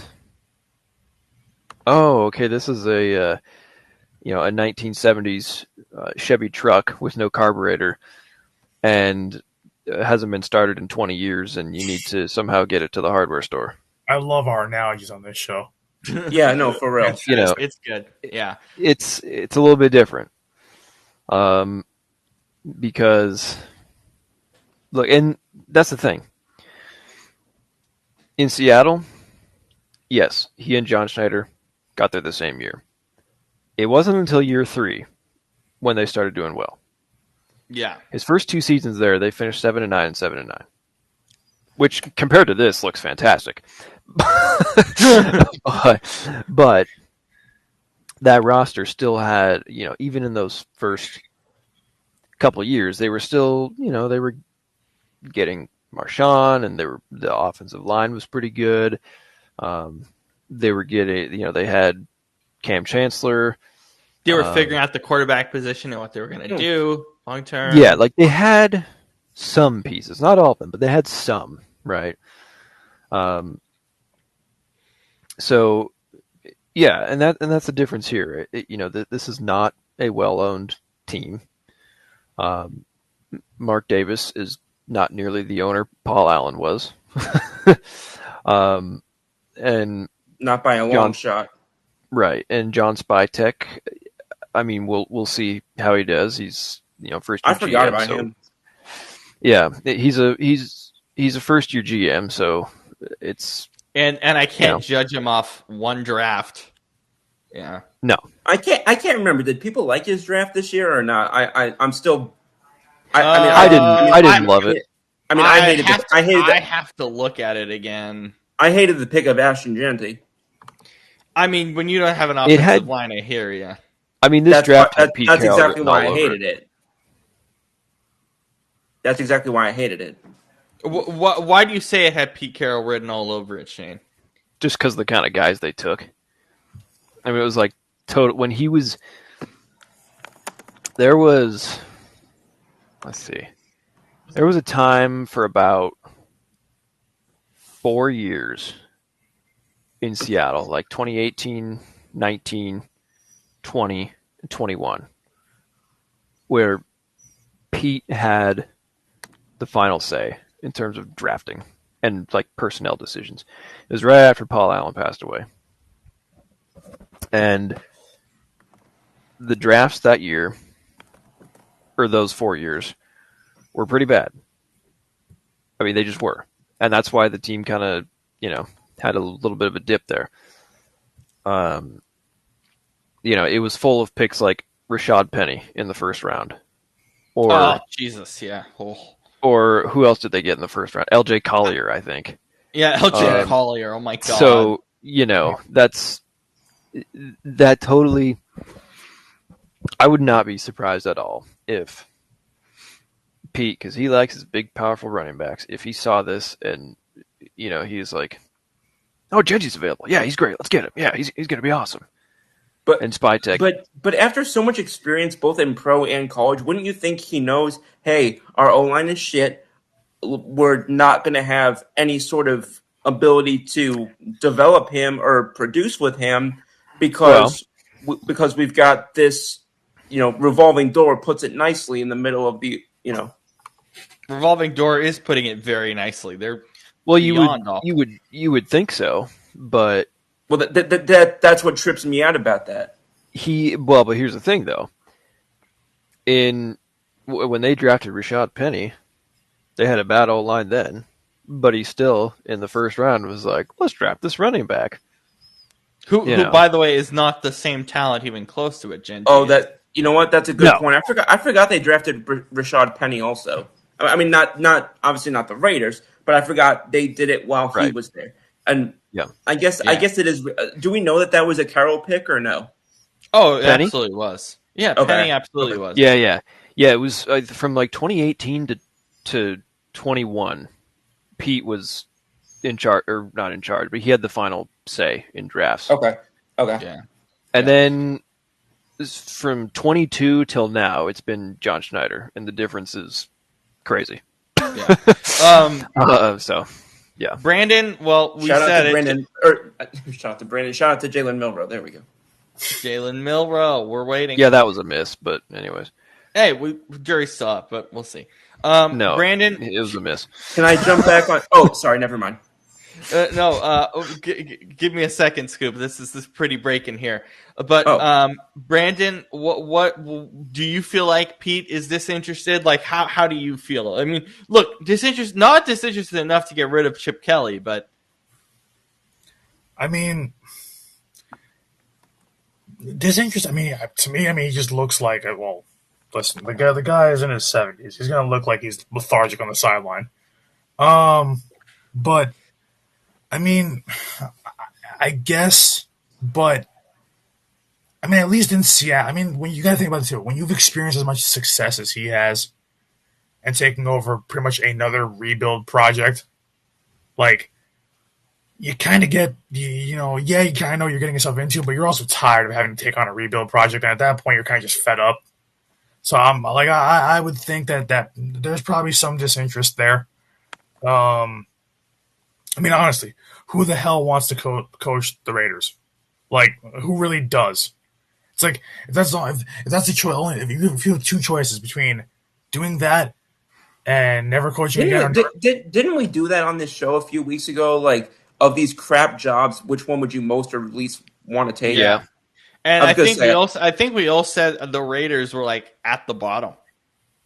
I can't remember because I also can't remember what the other options were that I was given. It was like the Jets. It was like the Jets, Raiders, Saints, and Dolphins. Miami. I think. Yeah. Yeah. Those were the four, and I think we all had the Raiders really low. I mean, when you look at what they have, right? Like in terms of just not even forgetting, but well, you can't really forget this, but they have an offensive line that's not good. They have a defense that's not good. They only really have three things going for it, and one of them is a rookie running back that can't get going, but it's not his fault. Brock Bowers, second-year tight end. Who Fantastic. they never used under Chip Kelly. Yeah, for some reason they don't use. I mean, Chip Kelly also hated his tight ends in Philadelphia. That's no surprise. And then you also have now Max Crosby. So you have three guys, one of whom might leave, one of whom's a star that they don't use, and one of them we don't know what he is because he's stuck behind one of the worst offensive lines in football. So even the three guys you have that are worth having on this team, what do you have there? You really don't have any because something's going to happen to all three of them. So they're all limited in some way. Yeah. One of them has a foot out the door. One of them can't get going because the offensive line sucks, and the other one is never used. So really, they all have handicaps of some sort. And so if those three guys if that's all you have and nothing else, I'd be disinterested and never want to take that job too. Because you gotta think about it from Pete Carroll's position too. If the only choice is between him, well, also the question is, what is your what alternatives? Like, what are you weighing it against? Like, are you weighing it against, coaching, the Giants, or are you weighing it against working at Kmart? Like, I don't know. That's what I'm thinking about. It's like I'm like, well, with Pete Carroll, I don't think people are clamoring to have him. So like the only other interview he had was with Jacksonville. The only other kind of like high profile interview he had. Okay, I couldn't remember who else was interested in him. Yeah. So I mean, but still. But then again, you even had Bill Belichick that only one team kind of wanted, and even that was barely the case with Atlanta. Like With like Atlanta, yeah. like if those are your only two choices or never coaching again, of course you're gonna take one of those two crap teams because you pretty much Well, have yeah. to. So it's like Wait till I talk about the Jags later. Oh, well, like Today? that's today. Oh my that's god. the problem. Like that's the problem that I have with like if bad teams stay bad, which other coaching hires are But that's, bad. that's the bad Like- teams stay bad, and that's one of the reasons why I get so pissed off when people say, "Oh, teams don't have a chance to compete because of all the big teams that are doing well." No, it's because you suck at running yours. Yeah, It's like because you it's suck at just- drafting, you suck at everything else. It's such a problem too, and like it's just so. I'm not interested in helping teams that are poorly managed and giving them more resources to poorly manage them. between having Pete Carroll call a team that has three good players on it, and just a team that's going to be a bottom feeder pretty much for the rest of eternity. The one thing I will add that they have going for them is Allegiant Stadium. That stadium's fire. Yeah, Yeah. that's the only. Is that the only good thing? But like that's you can put lipstick on a pig; it's still a pig. Like What the- like I love Uh, I love that saying, by the way. because it's true when it comes to the Raiders. No, it's I like, know, I know. You know. That's why I said I love that saying. Like I was here applauding you. I just couldn't show it on the screen. But like, so it's like if like part of me just if I was in Pete Carroll's shoes, I would feel disinterested. I mean, you're taking over a crap team with no future. That rebuild's not going to take 2 or 3 years. That rebuild's going to take like 5, 6 probably. If you were to rebuild it right with a smart front office and actual future. There's no future in there. Like it's funny how their fan base is called the black hole because that's exactly what the Raiders are in general. It's a black hole. I straight up did not know that was what they call their fan base, yes. Like which is insane to me because I mean I would argue typically a black hole gets sucked in, and so if there's any remnants of it still existing, I would say that's the obvious or the opposite of a black hole. Like it's like black hole, bottomless pit of despair, like whatever you want to call the Las Vegas Raiders, or hell, even when they were back in Oakland and that garbage, and their only success was a tuck rule with a tuck rule controversy. I was gonna say I felt bad for the longest time that Oakland lost the both the Raiders and the Athletics. I don't know that maybe losing the Raiders might have been a net gain for them. Who knows? Oh yeah, Yeah. like oh my god. But that's literally how bad it is. Like when you think about the Raiders, how many players over the last 20, 25 years come to mind? How many? For the Raiders, like maybe 10, and one of them is because he was an Eagle. Like And you know exactly who I'm talking about. Well, yeah, but the only and not for the right reasons. No, Namdi Asamoah. Yeah. So like you think about all the guys I can remember right now as being a Raider, like guys we heard names of. How many of them were actually good? Like on this list here, Darren McFadden, nope. Darius Hayward-Bay, nope. Jamarcus Russell, nope. Oh, Jesus. Charles Woodson, yeah. Charles Woodson, yeah. Amari Cooper, yeah. Mary Cooper. But Michael Khalil Crabtree. Khalil Mack, yeah. Well, Matt Khalil Mack. Crabtree. Like I'll be honest with you. At this point, I remember Khalil Mack best as a Bear. Yeah, probably. Yeah. But once again, Raiders fumbled that one, letting him go. Amari Cooper. That's what I We said. Yeah. already said that. Like, Oh, yeah. I still maintain that the worst move I've seen them make. Was for player personnel wise, because obviously we can talk about coaches, we could talk about front office, we could turn this whole thing into a Raiders show and still be talking at Thursday Night Football. We could be here all night. yeah. But the one thing I was going to say, For the record, I was not planning on touching the Raiders at all until Chip Kelly got fired. yeah, no. Well, the only thing I'll say is, how do you take the one pinnacle of consistency and stability you've had over the last near decade and rip that out and bring in the most oft injured recent quarterback in recent memory? And of course, I'm talking about swapping out Derek Carr for Jimmy Garoppolo. I will never understand. Like That in particular, I'll never understand. I and just but it's like when we think about all the players that they've had come through that team in the last 25 years, you can count on one hand, maybe two, how many were actually good. Like not even just great, just good, like just good enough. Just let Like myself. like they've had so many flops in the draft. They've had so many they've been a perpetual rebuild pretty much since, outside of that 1 year against the Patriots with the Tuck rule thing. They've been in a perpetual rebuild since what, the early 90s? I would say since back when they were back in Los Angeles. Like, yeah, pretty much, it's around that time. So like, I to When me, when like Ken Stabler was there. yeah, like, Jim Plunkett, like those kind of guys. Him too. Yeah, Howie Long, Marcus Allen, Bo Jackson, Yeah, like, yeah. like, yeah, like all those guys. Freaking go back even further, Fred Biletnikoff. Like, I don't know that name. What? wait a minute, Wait, say it one more time. Fred Belindikoff? Fred Fred Biletnikoff. Biletnikoff. Okay, my bad. Yeah, I was gonna say you don't know that. I was gonna say you don't know that. Oh, jeez. I heard Fred Biletnikoff, and I couldn't tell what you said. Yeah, it's the Jersey speak. We speak so fast, but it's like the Raiders just don't get out of their own way. No matter if it's a coaching hire, no matter if it's the front office making mistakes, the players just being bad. Like the Raiders, that's a team that I don't understand how people can still be fans of after this long, because they've been so garbage for so long. Like, at what point do you say enough's enough and I'm just not going to watch football? Like, I've suffered through bad Nets basketball. I watched them maybe for 5 minutes all season. Why the hell, if you're a fan of any of those kinds of teams like the Raiders, the Jets, the Titans, why the hell would you watch anymore? Why would you watch? I will. Well. I'll say this, and I'll say it from my vantage point, at least. I've been fortunate that most of the teams for whom I've rooted have ended up being pretty good most of the time.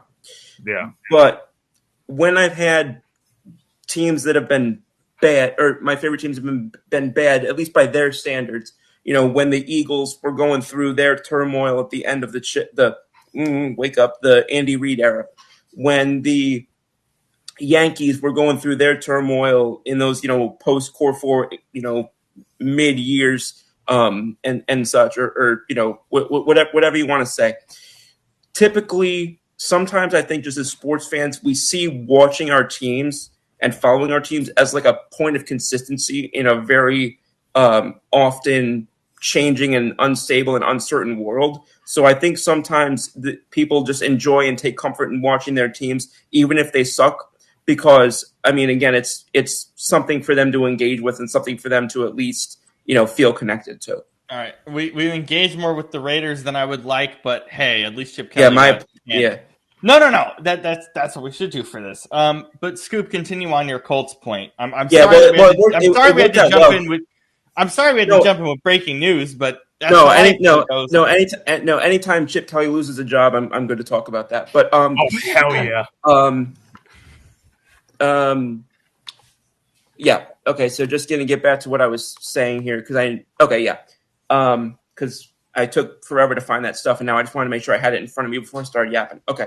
So the two games that Jonathan Taylor struggled in most this season and was ranked the lowest or rated the lowest this season were Week 1 against Miami and Week 5 against the Raiders. They played well and scored heavily in both of those games. So I'm not entirely sure that the numbers that I have in front of me that I've been able to find, I'm not entirely sure that they really bear out the allegation that, when he struggles, they can't win. Because I'm looking at two games right now where he didn't put up chart very well, and they played perfectly fine and arguably played very well. So so it's not that I don't even really know that I buy into that second point, Rob, to kind of go back to the 2 points you were making. I don't really buy into that to begin with. Yeah. Brandon, you've talked about it a lot, so you can kind of go ahead with how you feel on Jonathan Taylor. They scored a lot of points in that Dolphins game, but that's because the Dolphins were god awful in that game. Tua threw 2 picks and gave a lot of short fields to to the Colts. That's pretty much why the Colts just put an ass whooping on them, more or less. It wasn't so much that the offense did anything, because they really kind of didn't. But, Daniel Jones in that game had a decent game, but once again, it wasn't anything like super special. When so that one game against the Dolphins they had when they beat them, like that was a decent one. But I'm looking at like the losses. The three, was it? They have 3 losses now, right? So I'm looking at like those games. And when you look at the games that they've lost, it's really been like just when at least the trend I've noticed in the 3 losses, and even some of the wins where they've needed to get wins late in games, whether it's OT or late fourth quarter. The game plan for the Colts, and that's not a bad one to have, especially when you realize, what the Ravens did with Derrick Henry and what the Titans did with Derrick Henry before that, and what the Eagles did with Saquon last year, and all these different things. Hand the ball off to Jonathan Taylor. I understand that. But that feels like it's the only thing they can do when push comes to shove in a game. They don't push comes to shove. I kind of noticed like in these Chiefs games when they have to have it and it has to fall on Daniel Jones, he can't he's rattled. He can't complete a pass to save his life. It looks disjointed a little bit. It kind of becomes like Jonathan Taylor or bust. That's what that offense just kind of becomes. And it's, the stat line for Daniel Jones might look good in the game, but when you actually watch him and when they have to have it, if they can't rip off, 5, 6, 7 yards of carry with Jonathan Taylor, they're not winning these games, and they're not scoring a lot really either. So, they're really scoring basically 20 points and that's it. So it's becoming a thing where it's like the one thing I kind of pointed out pretty much since, I guess, week 6 with the Colts, at least around there, is that it's not like, everybody said last year when it came to our offense that it was Saquon or nothing, and that was not true. Because I saw Jalen Hurts close games out. I have not seen once this season yet, at least in the Colts football that I've watched. I've watched enough, but in the Colts football I've watched, Daniel Jones can't close out games. If it's not Jonathan Taylor closing the games out, they're not winning. So it's really tough because you want to have that kind of balanced offense. But when you get to that nitty-gritty part of the game and you have to have it, they're just handing the ball off to Jonathan Taylor. And that's it. Like, they are not asking Daniel Jones to throw that football because they're either for some reason they're worried about it, or they just not confident in it, or they just feel like Jonathan Taylor, hey, is the best that we can do in this situation, which is not a bad thing to think. That's true, but like in this game today, 16 carries, 58 yards. When you ask Daniel Jones to throw, a lot of his passes, not so much early on, but a lot of the passes late were off target. They couldn't move the ball, and a lot of it was Jonathan Taylor just getting stuffed and having to rely on Daniel Jones to have to throw the ball. Pretty much the Colts offense looked exactly like Philly's today, more or less. And that's just a problem. And then, except one quarterback can throw. The other one I'm not quite sure yet. I'll let you figure out which one's which. But it's tough. And then when I look at that defense, they're another one. That's my biggest problem, I think, with Indy as a whole. It's basically 2 parts of the same problem. Cannot close out games. Indy can't close out games with Daniel Jones having to lead the offense, and their defense, when they need it most, can't close out games either. So that's becoming a real problem, because when you can't close, having a full 4 quarters is one thing, and they, and no team really has a full 4 quarters every week. That's just not possible. But the Colts, it's like they can go a whole game where they'll dominate, but it feels like in their losses, it feels like in all 3 losses, they've been slowly bled to death by an opposing team's offense. It feels like it's a touchdown here, a field goal there, another field goal here, then a touchdown late, and all of a sudden you look up with a minute to go in the fourth quarter and the game's tied or they're losing in those 3 losses. So it's really tough for me. It's like can Indy, when Jonathan Taylor gets shut down, can they actually come up with some way to run the offense, whether it's even more, we know Shane Steichen loves RPOs. Can they come up with some more creative ways to run their RPOs? Can they kind of get the ball out of Daniel Jones' hands a little bit quicker? Because so far I don't think they've done that. So that's what I get worried about with the Colts. Like, I'm sorry. So when you face, so it's like who's better than the Colts right now? Well, Denver is, and New England definitely. Like those two definitely are. New England, Denver absolutely are. Really quickly on New England, are you guys worried about New England after today? Because I just feel like it was kind of a trappy game, and that's it. I have to double check what the It's one final game. score of that game I'm was. not. Yeah, I'm not. I'm not worried after about one it. game. I'm not. I'm not worried either. Plus, I mean, the game was in Cincinnati, and I mean, let's be honest. Joe Flacco is not any slouch of a quarterback. No, he's Like, not. Yeah. Like, I think people. I don't know when this happened. Joe Flacco kind of feels like Nickelback to me, where it's like it's become where like he was big 20 years ago, and now it's cool to hate on him. And I'm just like, where did this even happen? This will still, like, you go and put on Nickelback in your car, you're still going to have a good time. You go and put Joe Flacco in your offense for a couple games, he'll get the job done.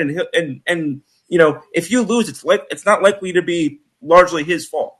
So, Yeah. The one thing I'll say on New England that I saw today that I have, let's just say, trepidations on, which Okay. is the case for most teams, so I'm not like dismissing it necessarily. I don't think this roster is very good. I really don't. we talk about you talk about New England. I don't think I this agree roster is with very you. good. I don't think agree this with roster you. I is just very think good. it's Drake May. I just think it's Drake May is that good. No, Yeah. and that's my point. What you saw today in that game was Drake May having an off day. They still won because it's the Bengals defense and they're absolutely abysmal.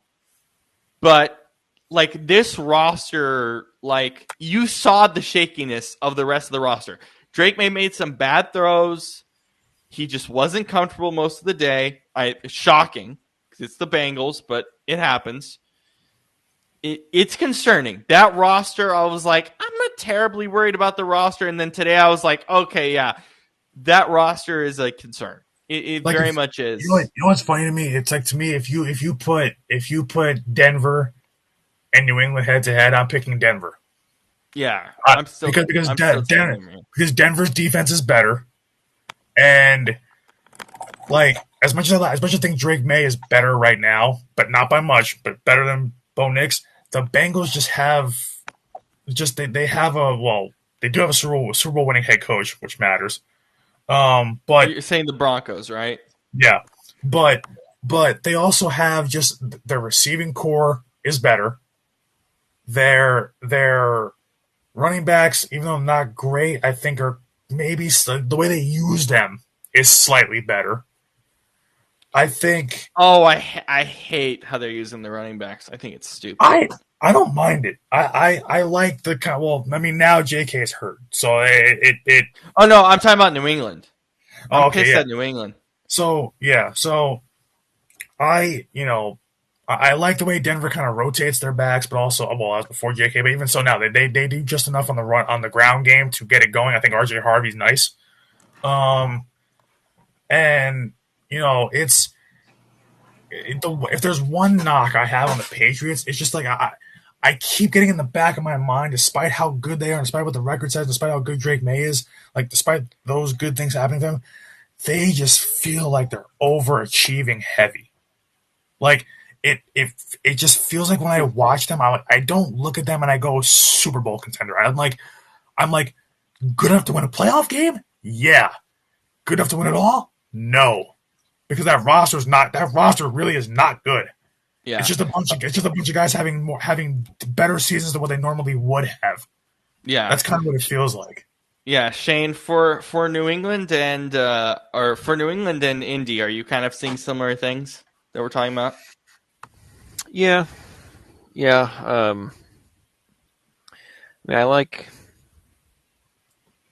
mean, somewhat. I like Indy's roster more. I think it's a little more complete. Um, I don't like the Sauce trade. I never did. I thought 2 firsts for him was ridiculous. That's crazy. It kind of reminds me of the Jamal Adams deal. Yeah, yeah. Um,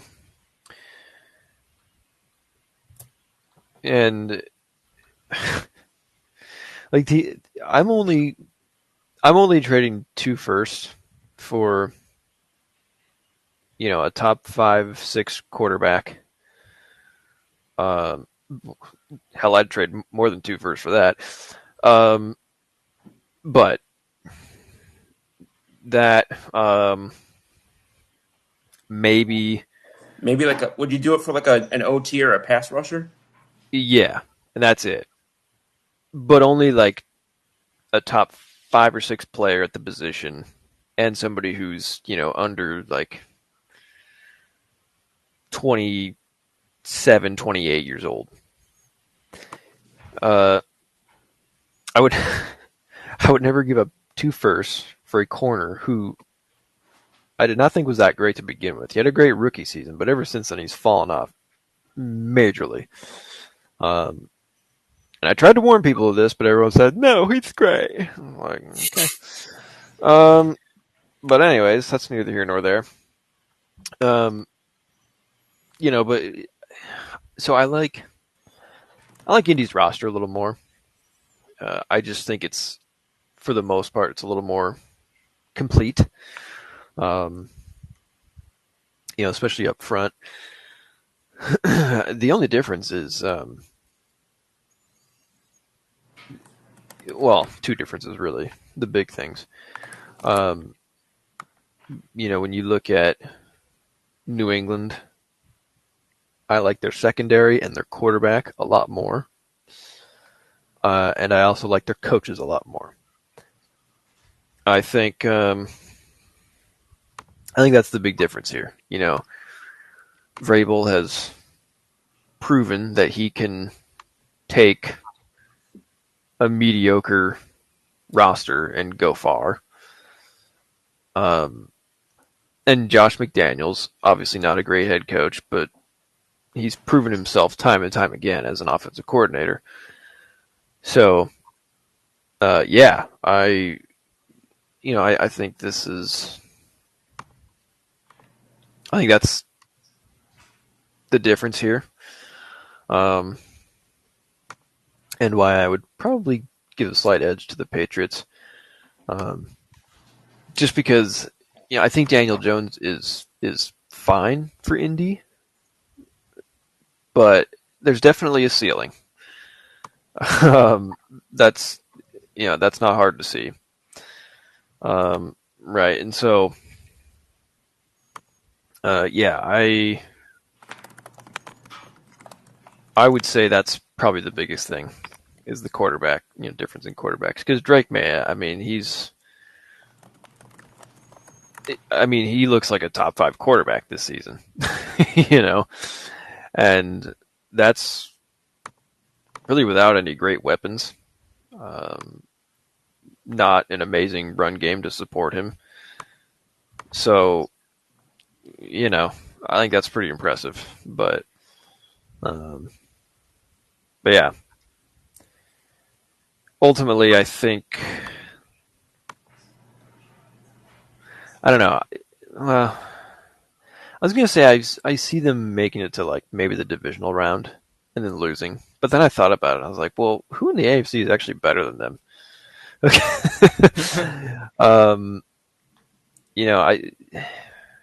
Because I feel like the AFC as a whole doesn't have the same kind of like dominant teams that the NFC has. Not even Which close.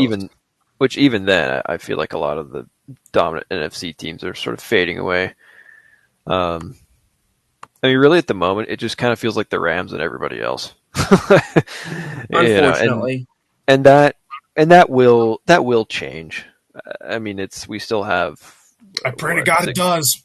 I pray to God it does. Oh my God! Because we only have 6 more weeks, we still have 6 more weeks. A lot can happen in 6 weeks. 6 more weeks of Kevin Couture. Yeah. What is this, Groundhog Day? If Patullo saw his shadow, we get 6 more weeks of him. Oh my God. Yeah, no kidding. Yeah.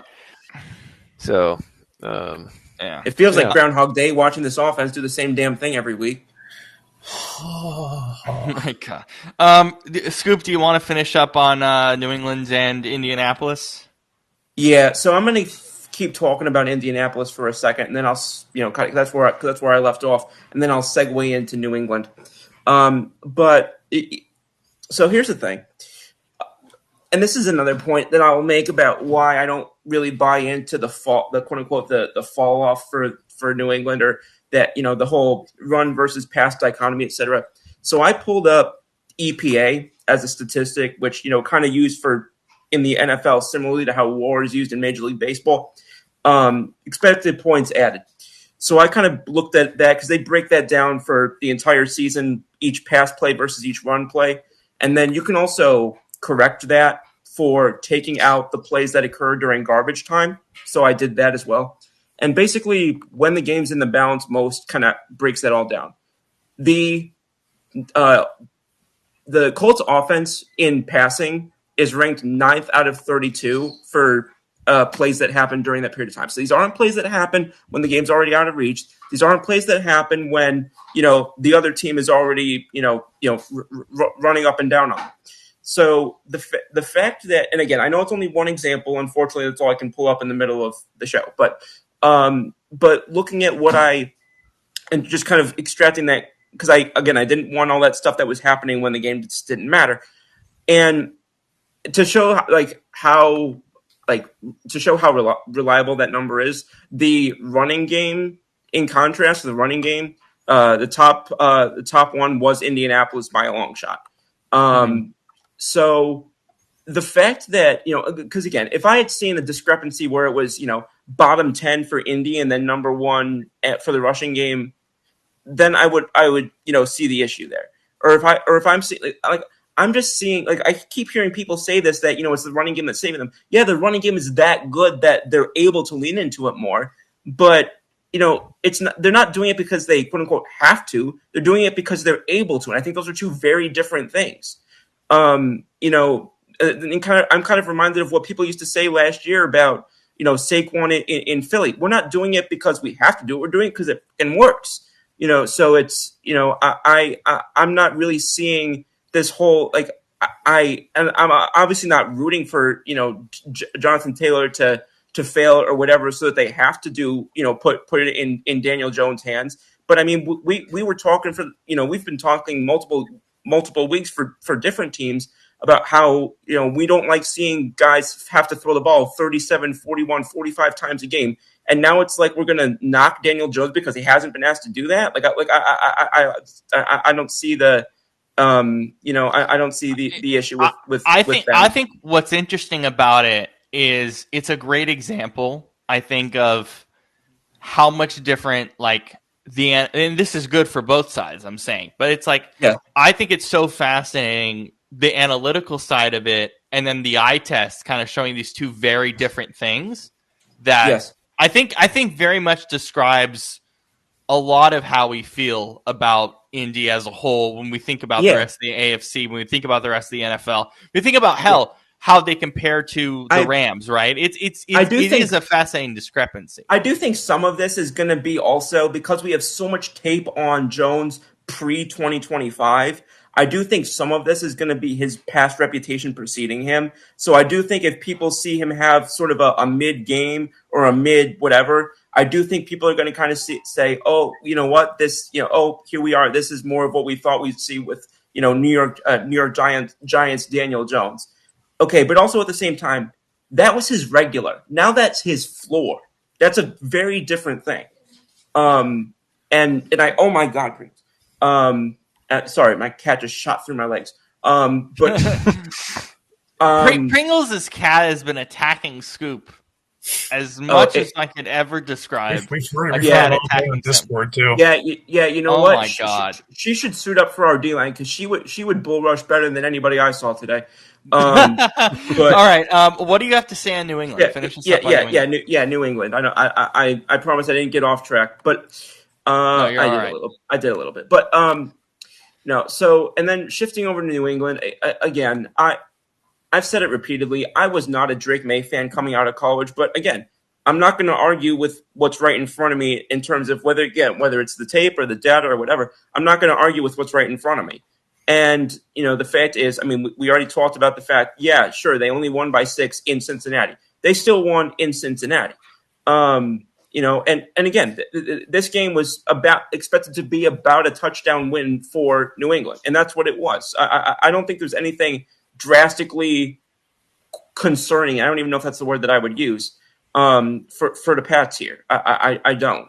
And then if you're going to ask me in terms of how do I feel about them on the whole to start this season, I'll go back to the same information I was using that I just mentioned to the Colts rather. This is a team that I do think is there's a major imbalance between what their passing game's able to do and their rushing game's able to do. Their rushing game is stupid. They don't know what they're doing. Well, and again, let's go back the last 4 or 5 years, right? Ever since Belichick left and even before he left. Let's go back. So we would talk about we talk about their game planning, their coaching, their development, and their what they would do in the offseason in both the draft, free agency, trade, whatever. And what we would consistently talk about when it came to offense is almost smells good. We would say consistently talk about in terms of offense was their struggling to get it right, and a lot of that talk was based around the quarterback. But again, a lot of that was also O-line. We keep saying again, when you can't get the O-line right consistently or develop it, or it's not enough depth or whatever, what's that going to hurt? The running game. So now we're seeing the manifestations of some of those things still not coming together. Some of those things still not developing, literally and figuratively in real time, and still trying to get those things to come together. One of the things that's going to manifestly and disproportionately hit is your ability to develop a run game. So I think what you're seeing now is, they seem to have hit on the quarterback play, or the quarterback player, but this is an example now of how just because, and this kind of goes back to, we all hear this, people in these things, and they're always cherry picked about, this quarterback can't put his team, or this quarterback can't put his team on his back, or this quarterback is, a product of the team helping him. This is a great example of why I hate those arguments, because even if you're a quarterback, you're not going to win consistently with nothing around you. You're not. Yeah, no way. And this is a great example of that, because this guy is doing as much as he can, literally doing as much as he can, being arguably his team's best passer and rusher, and is just not able to do everything. He even if you ask him to be Superman, that doesn't mean that that's automatically going to be enough to win, especially with some of the teams that the Patriots have to face. Even though Buffalo looks skimpy, they're still not going to be a team you can run over for 30 points. And I know they didn't play Buffalo today. I'm just using them as an example. Yeah. But so they are. If you ask me who I'm more concerned about between Buffalo, didn't mean to give Buffalo a stray there, even though they deserve it. If you ask me who I'm more concerned about between Indy and New England, it's definitely New England. Because, and that's just a great example of how, they have the quarterback right. That might be the only thing they have right on offense. That's kind of where I end on that. Yeah. So New England, their games are Monday night next week against the Giants. Gross. Why is that Monday night? Whatever. Bye week, Buffalo. Okay, that should be interesting. Ravens, who are now leading their division, and the Jets and the Dolphins. Who cares about either of them? So we're going to learn a bit over the next few weeks. Lastly, I'm just going to quickly go over this. Okay, I am so done with Trevor Lawrence. That pissed me off. I've been done. It took you this long? Yeah, really. Okay. Can I explain why it took me this long? please. I'll explain why. There are more moments where he looks really good than he looks. This is gonna sound really weird, but watching him is like I look at it and I go, oh my god, this is what I saw this is really good. This is what we saw when he came out. Like, he has like so many of these moments where you're like, okay, I see it, right? Like, I totally see it. But guys, this is the Cardinals. This is the Arizona Cardinals, who played two of the worst games I've seen all season the last 2 weeks. Had to deal with them in overtime. And some of these decisions, there were 2 interceptions today that were incredibly boneheaded, which is, hey, you don't see the linebacker right there in front of you moving towards your receiver at all.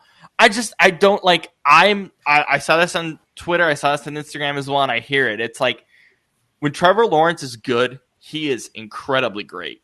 He really is. But when he's bad, which he's bad in these crucial situations, it is incredibly bad. And you can't have this dichotomy of this much leeway in the NFL. He's quite a two-face. One side's different than the other. Like, yeah, and it's like, I get it. No one watched the Jags-Cardinals game. I don't blame you, although it was really good. And it kind of matters for the Jags moving forward. I don't blame you for not watching it. It just, Brandon said, it's literally two-face, and it's insane. Like, it just does not work in the NFL. And I want to believe that Lawrence has more of the up than he has the down, which realistically he does. But these decisions that, look, it didn't cost him the game in the end, but in no way should you be in overtime against the Cardinals. In no way. So this team winning, like, this is a team that can get to the playoffs, especially where the AFC is. They're going to get to the playoffs, and they're going to get routed. They're going to get roasted by like 30 points. I can guarantee it. Almost anybody they play, they're going to get roasted. So that's all I have on them.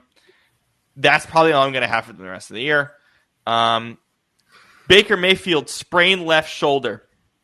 MRI tomorrow, but that's I'm actually grateful for that, because we thought it could be a head thing at one point. So if a sprained shoulder is what that's not as bad as we thought it could have been. So and obviously, am I the only one that's out on the Bucks completely? I mean, I'm not out on the Bucks.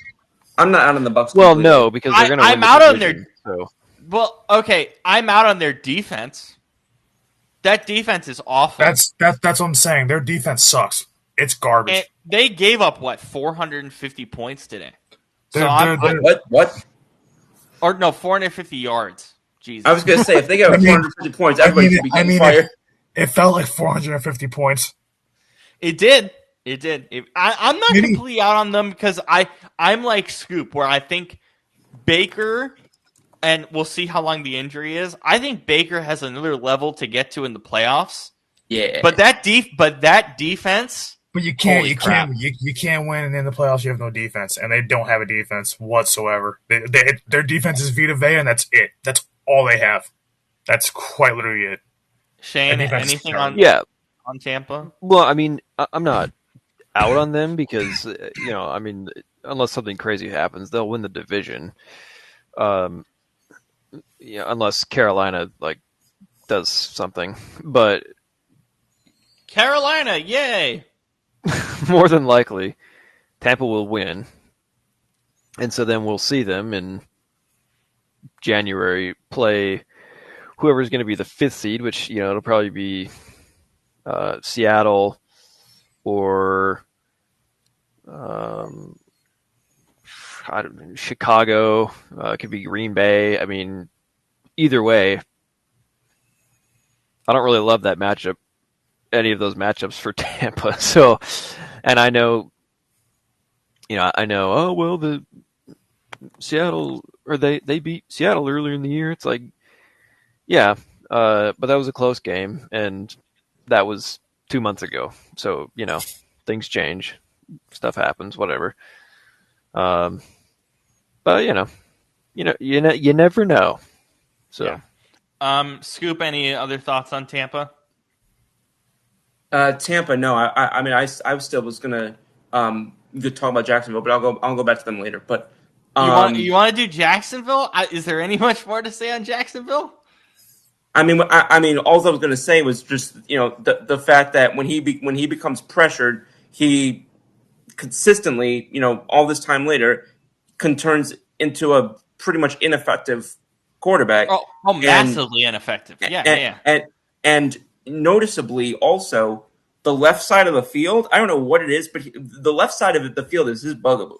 The left side of the field, he completely turns into a different quarterback when forced to go there. So the defense, you add a quarter, or you overlap a quarterback that can't go against or that can't do it under pressure, and then make it very apparent, that he's that drastic in terms of his shift, in terms of where he's effective in the field, and I guess where he sees the field or where he gets the ball, or both. You're going to make yourself and he has made himself an extremely easy quarterback to game plan for. Yeah. Chip Kelly will make a lot of money, even though he's making $115K per month. Even though he's fired. That's amazing. Wish I could do that.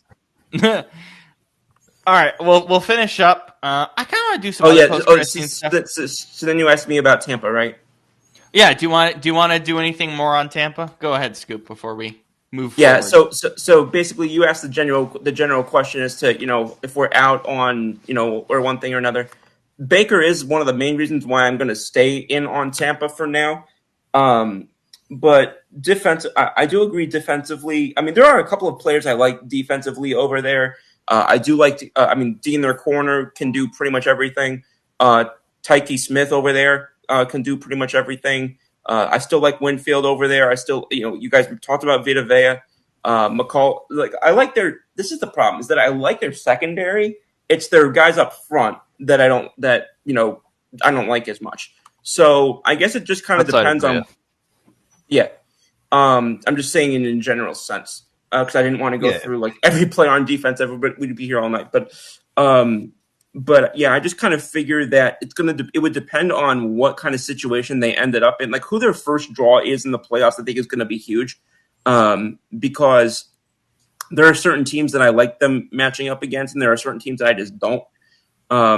So I think that's going to become an issue. But also another thing to keep in mind is how injured they were for so much of the season. I think that was also a factor as well. Not just because of who they had to play, but because of what guys and what areas of the game they had to rely on more to compensate for the fact that some of those other guys were so banged up.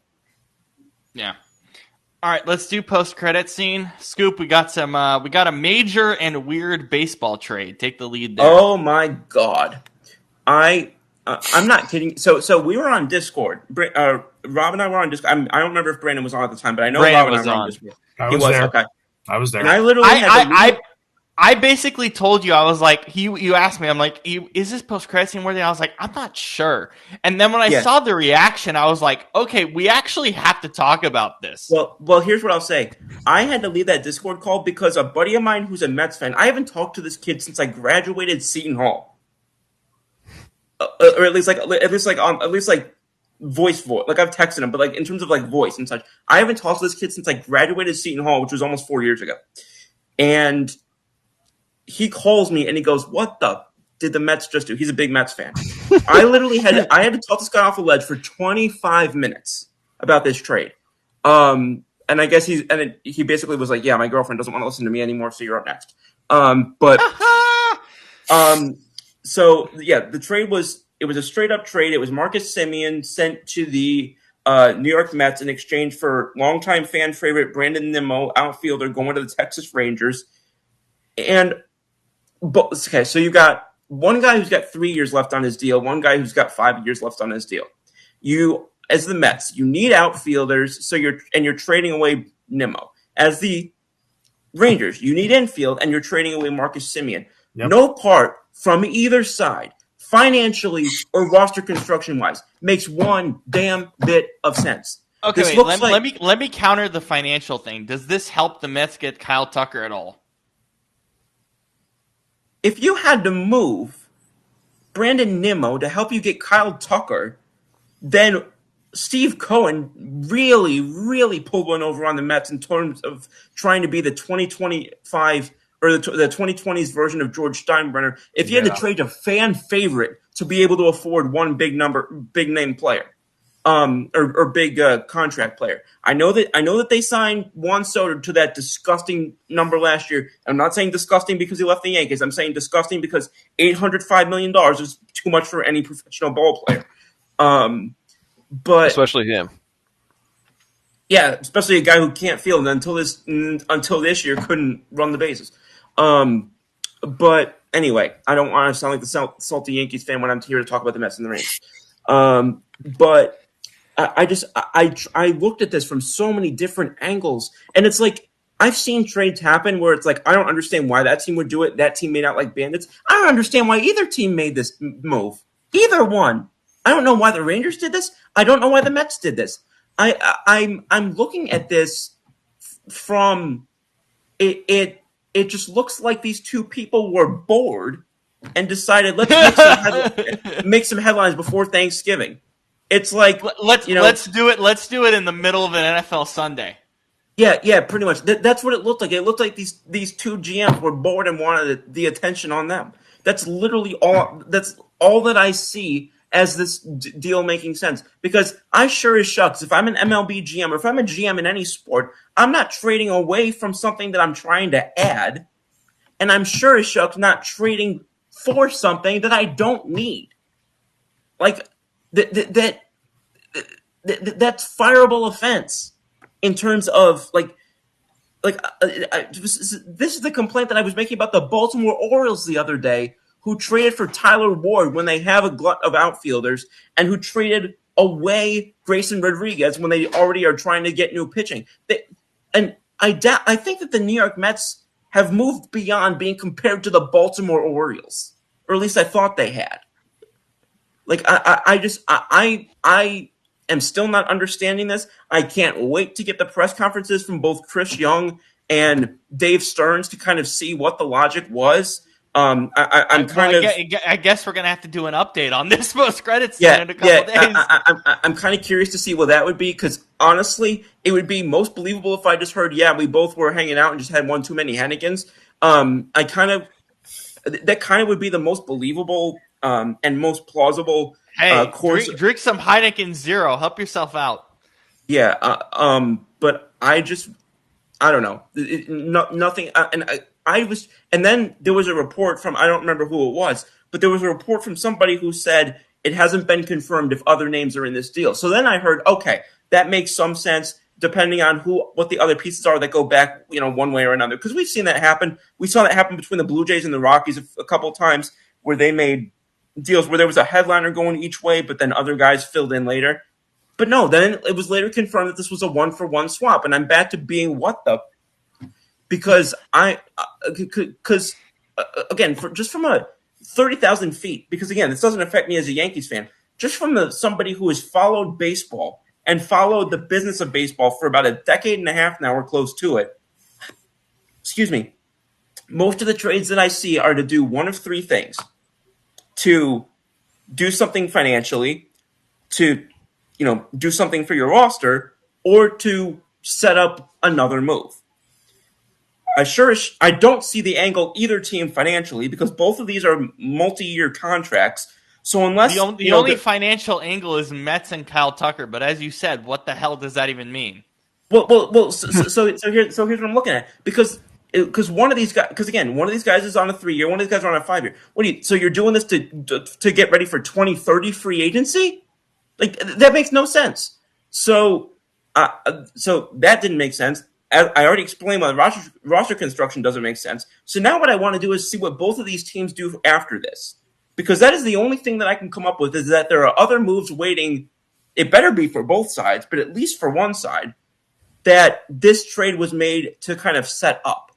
Because otherwise, again, in sum up, otherwise makes no sense because of contracts and because both teams traded away something they already needed more of to trade for something they already had a surplus of, which just takes, it might as well take the business administration degree that I got and just say, I don't know, apparently you can get an MLB GM role without this, because clearly neither one of these is taking these classes, because this isn't consistent with any of that.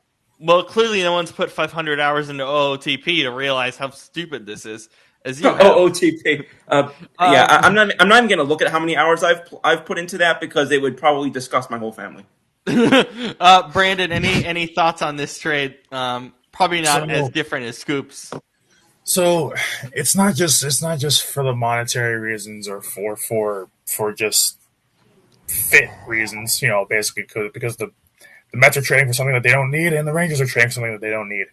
Or at least not don't need it as much. You basically just one for one for positions of that were not of need, and when you need the opposite of what you traded for, like Scoop was saying, and not just that, you look at both these guys. Roughly when you just take the numbers right in front of your face, just the on the surface numbers, same production, like basically same players production wise, and then but Marcus Simeon's older. Marcus Simeon's 35. He's had 2 down years in a row, so this makes no sense more for the Mets than anything else because here's another problem too. So what you do is Excuse me. you then so you bring in Marcus Simeon, so you lose Nimmo in the outfield. So now you're obviously you're down an outfielder, and so if this is to get Kyle Tucker, this is almost the same exact reason why I have to bring up the Yankees in this. Why the Yankees shouldn't get someone like a Kyle Tucker. Juan Soto, the last 3 years of his career, minus 2023. So what? 3 out of the last 4 years of his career, he's predominantly been a right fielder. You should probably keep him in right field. You'd be moving him to left and bringing Kyle Tucker in to play right because Kyle Tucker can only play right field, which honestly might end up being better in the long run. But then either way, you're suffering defensively. So now you've kind of lost that part of it. You traded for a guy who's not just aging, who's basically in the last maybe year or 2 of his career, so making no sense there. And then you've got and it's something that you don't need because your infield is already granted, we'll see what happens with Pete Alonso, but you have an infield now where you have pretty much all your positions are set. Like even before this, your positions are mostly set. So I'm not quite understanding it from the Mets side more than the Rangers. But even with the Rangers, Brandon Nimmo's been good. He's been a good baseball player, not a great one. And given where the Rangers are right now, it's like, is that really going to help you do anything? No. And now you're kind of stuck with a weird contract. I think there's years on that deal, if I'm not mistaken. Which deal are we talking about? Nimmo's. Yeah, there is. That's what I said. There's multiple. There's at least 3 years on each, and one of them was 5. That's crazy that even Simeon would have that many years. So no matter which way you slice it, it's just a bad deal. Like who knew that a 1-for-1 would be bad? But this is a deal where not even you could just argue it was a wash because it was a stupid move. You can argue both. You can argue that both sides got worse. Just to clarify, Nimmo's the one with 5 left on his deal, and Simeon was the one with 3, which is what I thought, but I just wanted to clarify that. Yeah, even so, that's a lot of years of either guy, really. And and I want to add this, but I'm going to wait until you're done. Yeah, like the last thing I'll just say, and I started to say it was, it doesn't help either team compete. The Mets missed the playoffs they missed the postseason last year with one of the highest, was it that payroll to revenue thing in the MLB? It was like they had the highest payroll, whatever it was, or payroll that went back into the team and didn't make the postseason or something like that. Yeah, So yeah. They were what, a game away? Yeah, they missed it by a game. Yeah, because the other 2 of the top 3 teams were the 2 World Series teams, Toronto and LA, which is why I said that is the World Series we should have gotten. And that's why I'm thinking right now. So if this move was to basically pay for Kyle Tucker in the long run, so you have Soto, Kyle Tucker, Simeon. If you had to trade arguably the face of the franchise or a face of the franchise for the better half of a decade to be able to afford one big bet on free agency, then I'm sorry, that is some Will Pony and shit. And they really got the Mets fans really got screwed by bringing in Steve Cohen to make a type of move like that. That's why I told Mets fans, I said, I kept telling them, listen, your boy, the guy you affectionately call, Daddy, Uncle Steve or Uncle Daddy Stevie. Cohen. It's like, he's not the guy And you I- think he is. And I was one of them. I was defending him because I liked what he was doing the first few years that he was there. Yeah, it's like at first it's all nice because you finally have an owner that's willing to open the checkbook and whatnot. The problem is he's opening the checkbook for all the wrong reasons, and for all the wrong players. So it's not it's nice to be able to spend to get players that are of need or in it. Hey, if you do have a chance to have a luxury player, then every once in a while do that. But when you're basically splurging on nothing but luxury players, it doesn't work. That's not how that's not gonna go ahead, Scoop. No, go ahead. I was going to say, and here's what I want to add on this. So now you've got Simeon, presumably will play second, Yep. and you got Lindor at short. So I'm presuming McNeil's going to go to the outfield Yeah. because otherwise, do you now make McNeil expendable? Because if you're now treating both McNeil and Nimmo in the same offseason, your fans are going to be pissed. Yeah. If you don't, especially if you don't bring back at least one of Diaz or Alonso, like you're basically rebuilding without saying you're rebuilding. Yeah. At that point, Which doesn't Yeah, make any Shane- it makes no sense. Just makes no Shane, sense. what are your thoughts? I mean, these guys said it perfectly. Like, thank you. it's yeah. The biggest thing is defensively. I don't understand it, but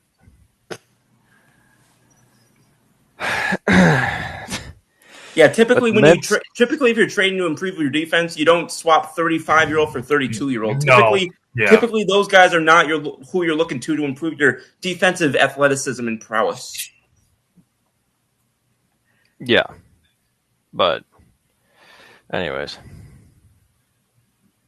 Yeah. I wish I knew. Okay. Scoop, I'm gonna piss you off with one of our last two post-credit scenes, and probably Shane as well. Great, I'm exempt for once. Yes. A Labubu movie is officially in the works at Sony. Actually, that does piss all of us off. That's bad enough. Halloween was 4 weeks ago, brother. Yeah. So we're getting a Labubu I'm movie. pretty sure if I die in my sleep, it's going to be because of one of those things. Shane, of course this is a Sony movie, right? Of course. yeah, of course. Yeah, the only other studio that would make this is Illumination.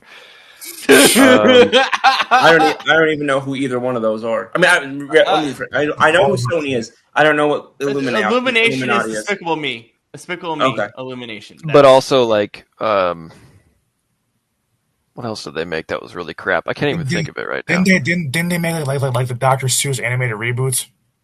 Yeah, Oh, yes, the Bad Grinch animated movie. it's fine. No, it's not. And what? Um, And like the Lorax too, or was that something else? No, that was something else. No. No, that was before. But they The made only- Despicable Illu- Me and a bunch of crap. Illumination also did the Mario film. That's what I'm thinking Yeah. of. Oh, I haven't seen the Mario film. Which wasn't terrible, but No, not at all.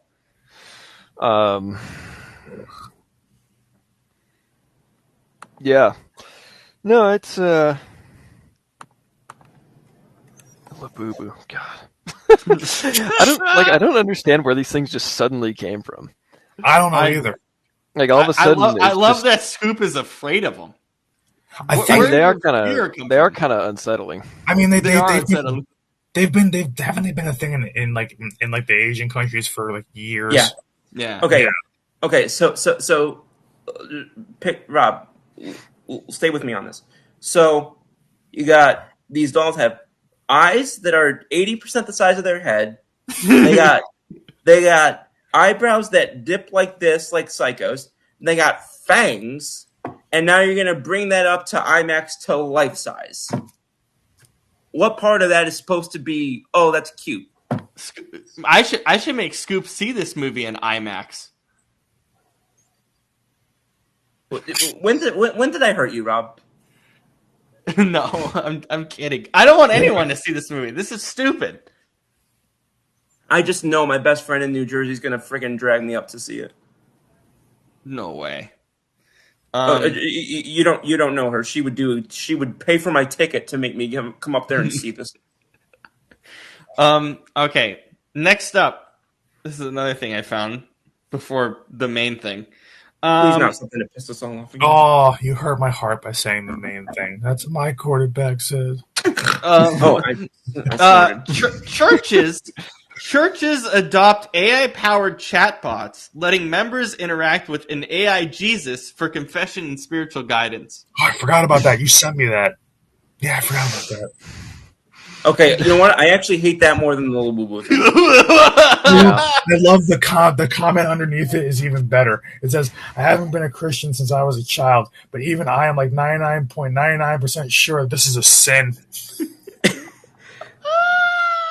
Doesn't that literally Pringles, stop trying to eat the candy cigarettes. What? Oh, Lord. Oh no. Okay, continue, Scoop. Look, I'm thinking to the Ten Commandments. I'm thinking should not worship anything but should not worship any but the one God. And I'm just thinking to myself, this feels dangerously close to violating that. Yeah. Oh, my God. That just... Okay, here's the real question, though. Oh God, Is no pun intended. is the Jesus in this AI thing? That's first of all, that's not something I ever thought I would say in my life. What the? Is this AI Jesus? Does he look like Jesus should look, or does he look like Ewan McGregor? Because That's a good point.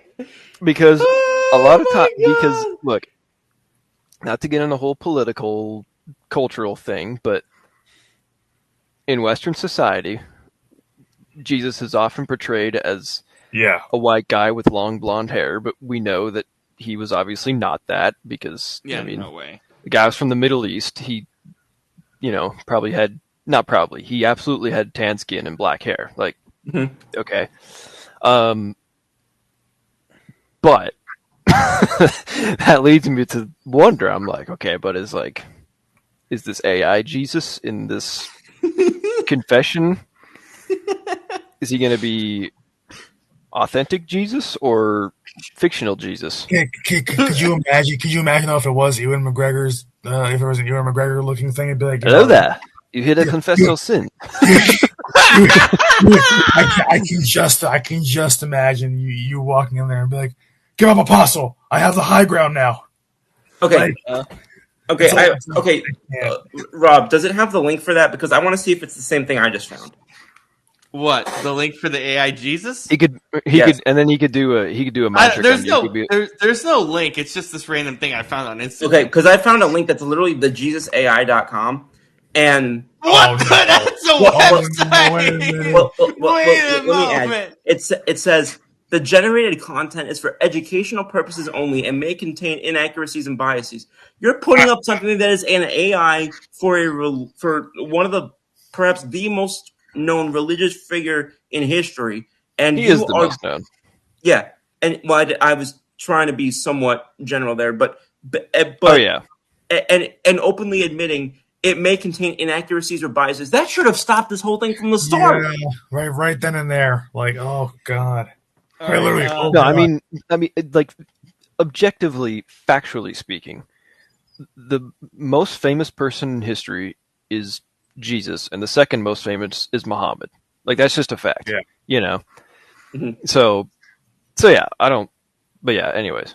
all right, hold on a second. I'm gonna. And then Ewan McGregor, Jesus, can like do the Jedi mind trick on you. Oh. You know, you can confess your sins, and he could be like, "You'll go to hell for that," and you're like, "I'm going to hell for that." I'm actually glad you read that, because now the choking to the Cowboys is now not the thing that irritated me the most yesterday. Someone should literally make a movie. It's like me.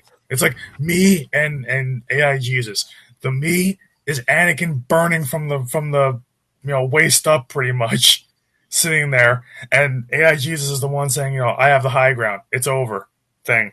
So it's like, I would love for someone to make a meme like that. That'd be fantastic. The Wow. next okay, the next thing is also AI. A Disney star just launched an AI app that brings back the dead. So basically, you can have conversations with like your dead relatives. Yeah, It's incredibly creepy. Yeah, you sent that one earlier in the week, and I actually watched whatever commercial that was. That ad. I watched it. The ad is awful. Oh my god! I would never. That- I hope it never sees the light of day actually on TV. I hope it hasn't yet. It has. It's a thing. About to Where? be. It's an app. You can, I or know it's it's an about to ad. be. Has it been on It's an TV app. yet? It's an app. You can download on your phone. Oh my god! The fact that there's gonna be people out there who are gonna be like genuinely thinking that this is like the like Yeah, they're gonna think this is basically almost exactly the same thing as talking to their actual and that makes me like I hate where AI is right now. like Seeing anything there? About what? Like where AI is right now? No, just you want to That's talk such a to your loaded dead question, though. relatives Oh, with AI. not like that. I like to. Okay, this is gonna get a little deep for a second. I like when it comes to like communicating with like a dead relative. I like when it happens in a dream. yeah, That's you know. good. yes. That's very Because good. then like Yeah. that feels, because if I'm talking to AI, that would feel so unnatural because it's not them. It's Because it is unnatural. That's exactly a why robot. it feels that way. What's funny? pretending to be them. It's funny you bring that up though, because the best night's sleeps I've ever had, and I haven't had many in the last 8 years. The best night's sleeps I've had since my dad has passed have been the times where he's visited me in my dreams. Yeah. Yeah, I So- hear that.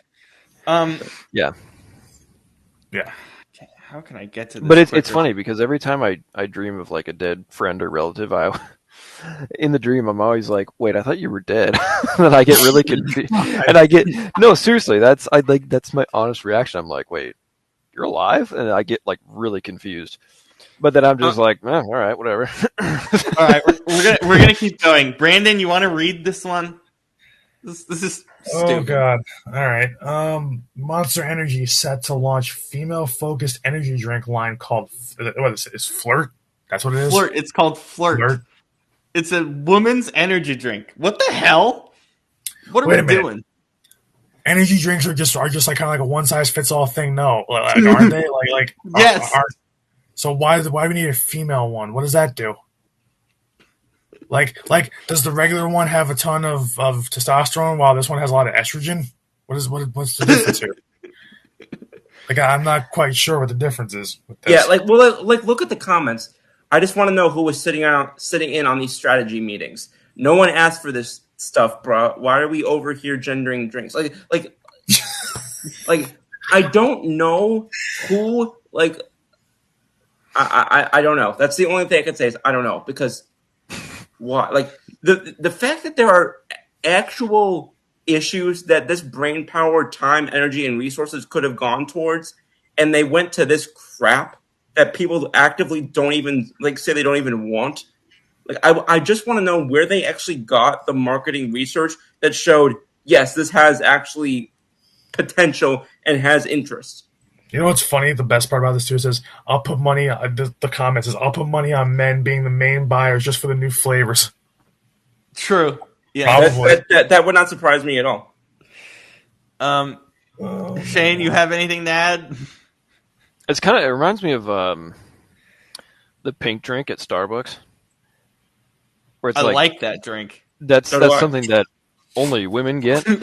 Yeah, that is true. You know, Kind of. And it's funny though, because I was like, an old girlfriend worked at Starbucks, and she was like, "Oh, you should try it. It's good." And I made a joke like that. I was like, "Don't you have to be a woman to drink this?" Just because that's like, which again, completely No, a man, joke. that shit's good as hell. It is But good. she's like, Okay. she was like, no, you know. But so then I tried it, and then this was before I realized I had issues with caffeine, and then I was like heart racing. Yeah. And Yeah, when you shaking. said that, She's like, how was it it? was a joke. No, yeah, she's like, how is it? And I'm like, I almost died. Yeah, I almost died. Okay, I'm gonna read this. Yeah, it's pretty good. I'm gonna read this whole thing because this is probably the best post credit scene we've ever had. This one thing was amazing. A 36-year-old man in Hamilton, Ontario, Canada. So this is in Canada.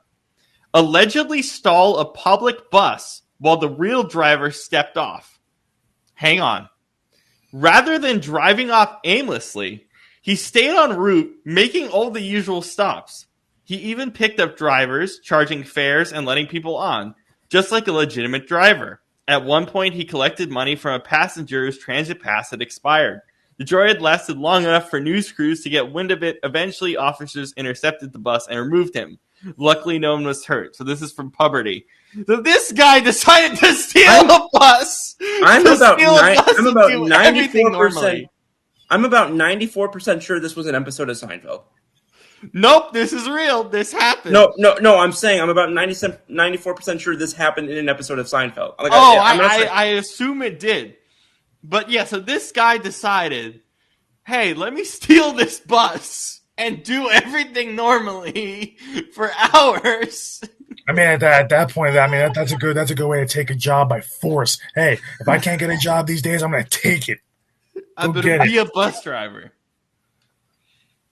Hey, I mean, that's also a pretty good way to be inconspicuous. I mean, people would probably have had more questions if there was a bus just sitting outside of the Bellagio. I'm just so what was his so he does everything normally. If the cops didn't get him, what was his plan after that? Go home. Like go home with the giant public bus? No, wait. Yeah. Could you imagine though, like taking the bus, doing all the round trips, but then actually to stay in character, going to wherever that the bus depot. Yeah, the bus depot. Clocking out for work and going home. Could you imagine? That might have been what he thought about or what he was planning to do. The other question I have is the guy doesn't seem dumb. The other question I have is the guy that walked off the bus, and then saw that the bus was leaving or however the hell did it. How did he react? I guess is the question. Wait, what did he walk off for again? No, okay, and we're this is our last thing, so we're about to hop off right now after this, but. The question is so the guy because sometimes bus drivers they have to walk out and check something in the back of the bus or whatever the hell, right? So that's basically what happened. Then this guy decides to stroll up into the bus, probably turn the ignition on, and drive away. What happened to the actual bus driver? Because he wasn't on the bus. That's the one part that I'm confused about. But could you imagine the one part you're confused on? That's the biggest part. It's could you imagine what happened to the guy? Could you imagine though if he was like, oh yeah, I'm just gonna take a piss break real quick. He comes back 2 minutes later. Where's the bus? Where's my bus? He comes back like I thought I left it right here. Where is it? I mean, being able to just lose a whole ass bus. Yeah, that'd be a little awkward. My God, how do you explain that to your boss? I was gonna say, can you imagine calling your supervisor? You're not gonna believe this, but I lost the bus. It's like who was it on that? Who was it on that show?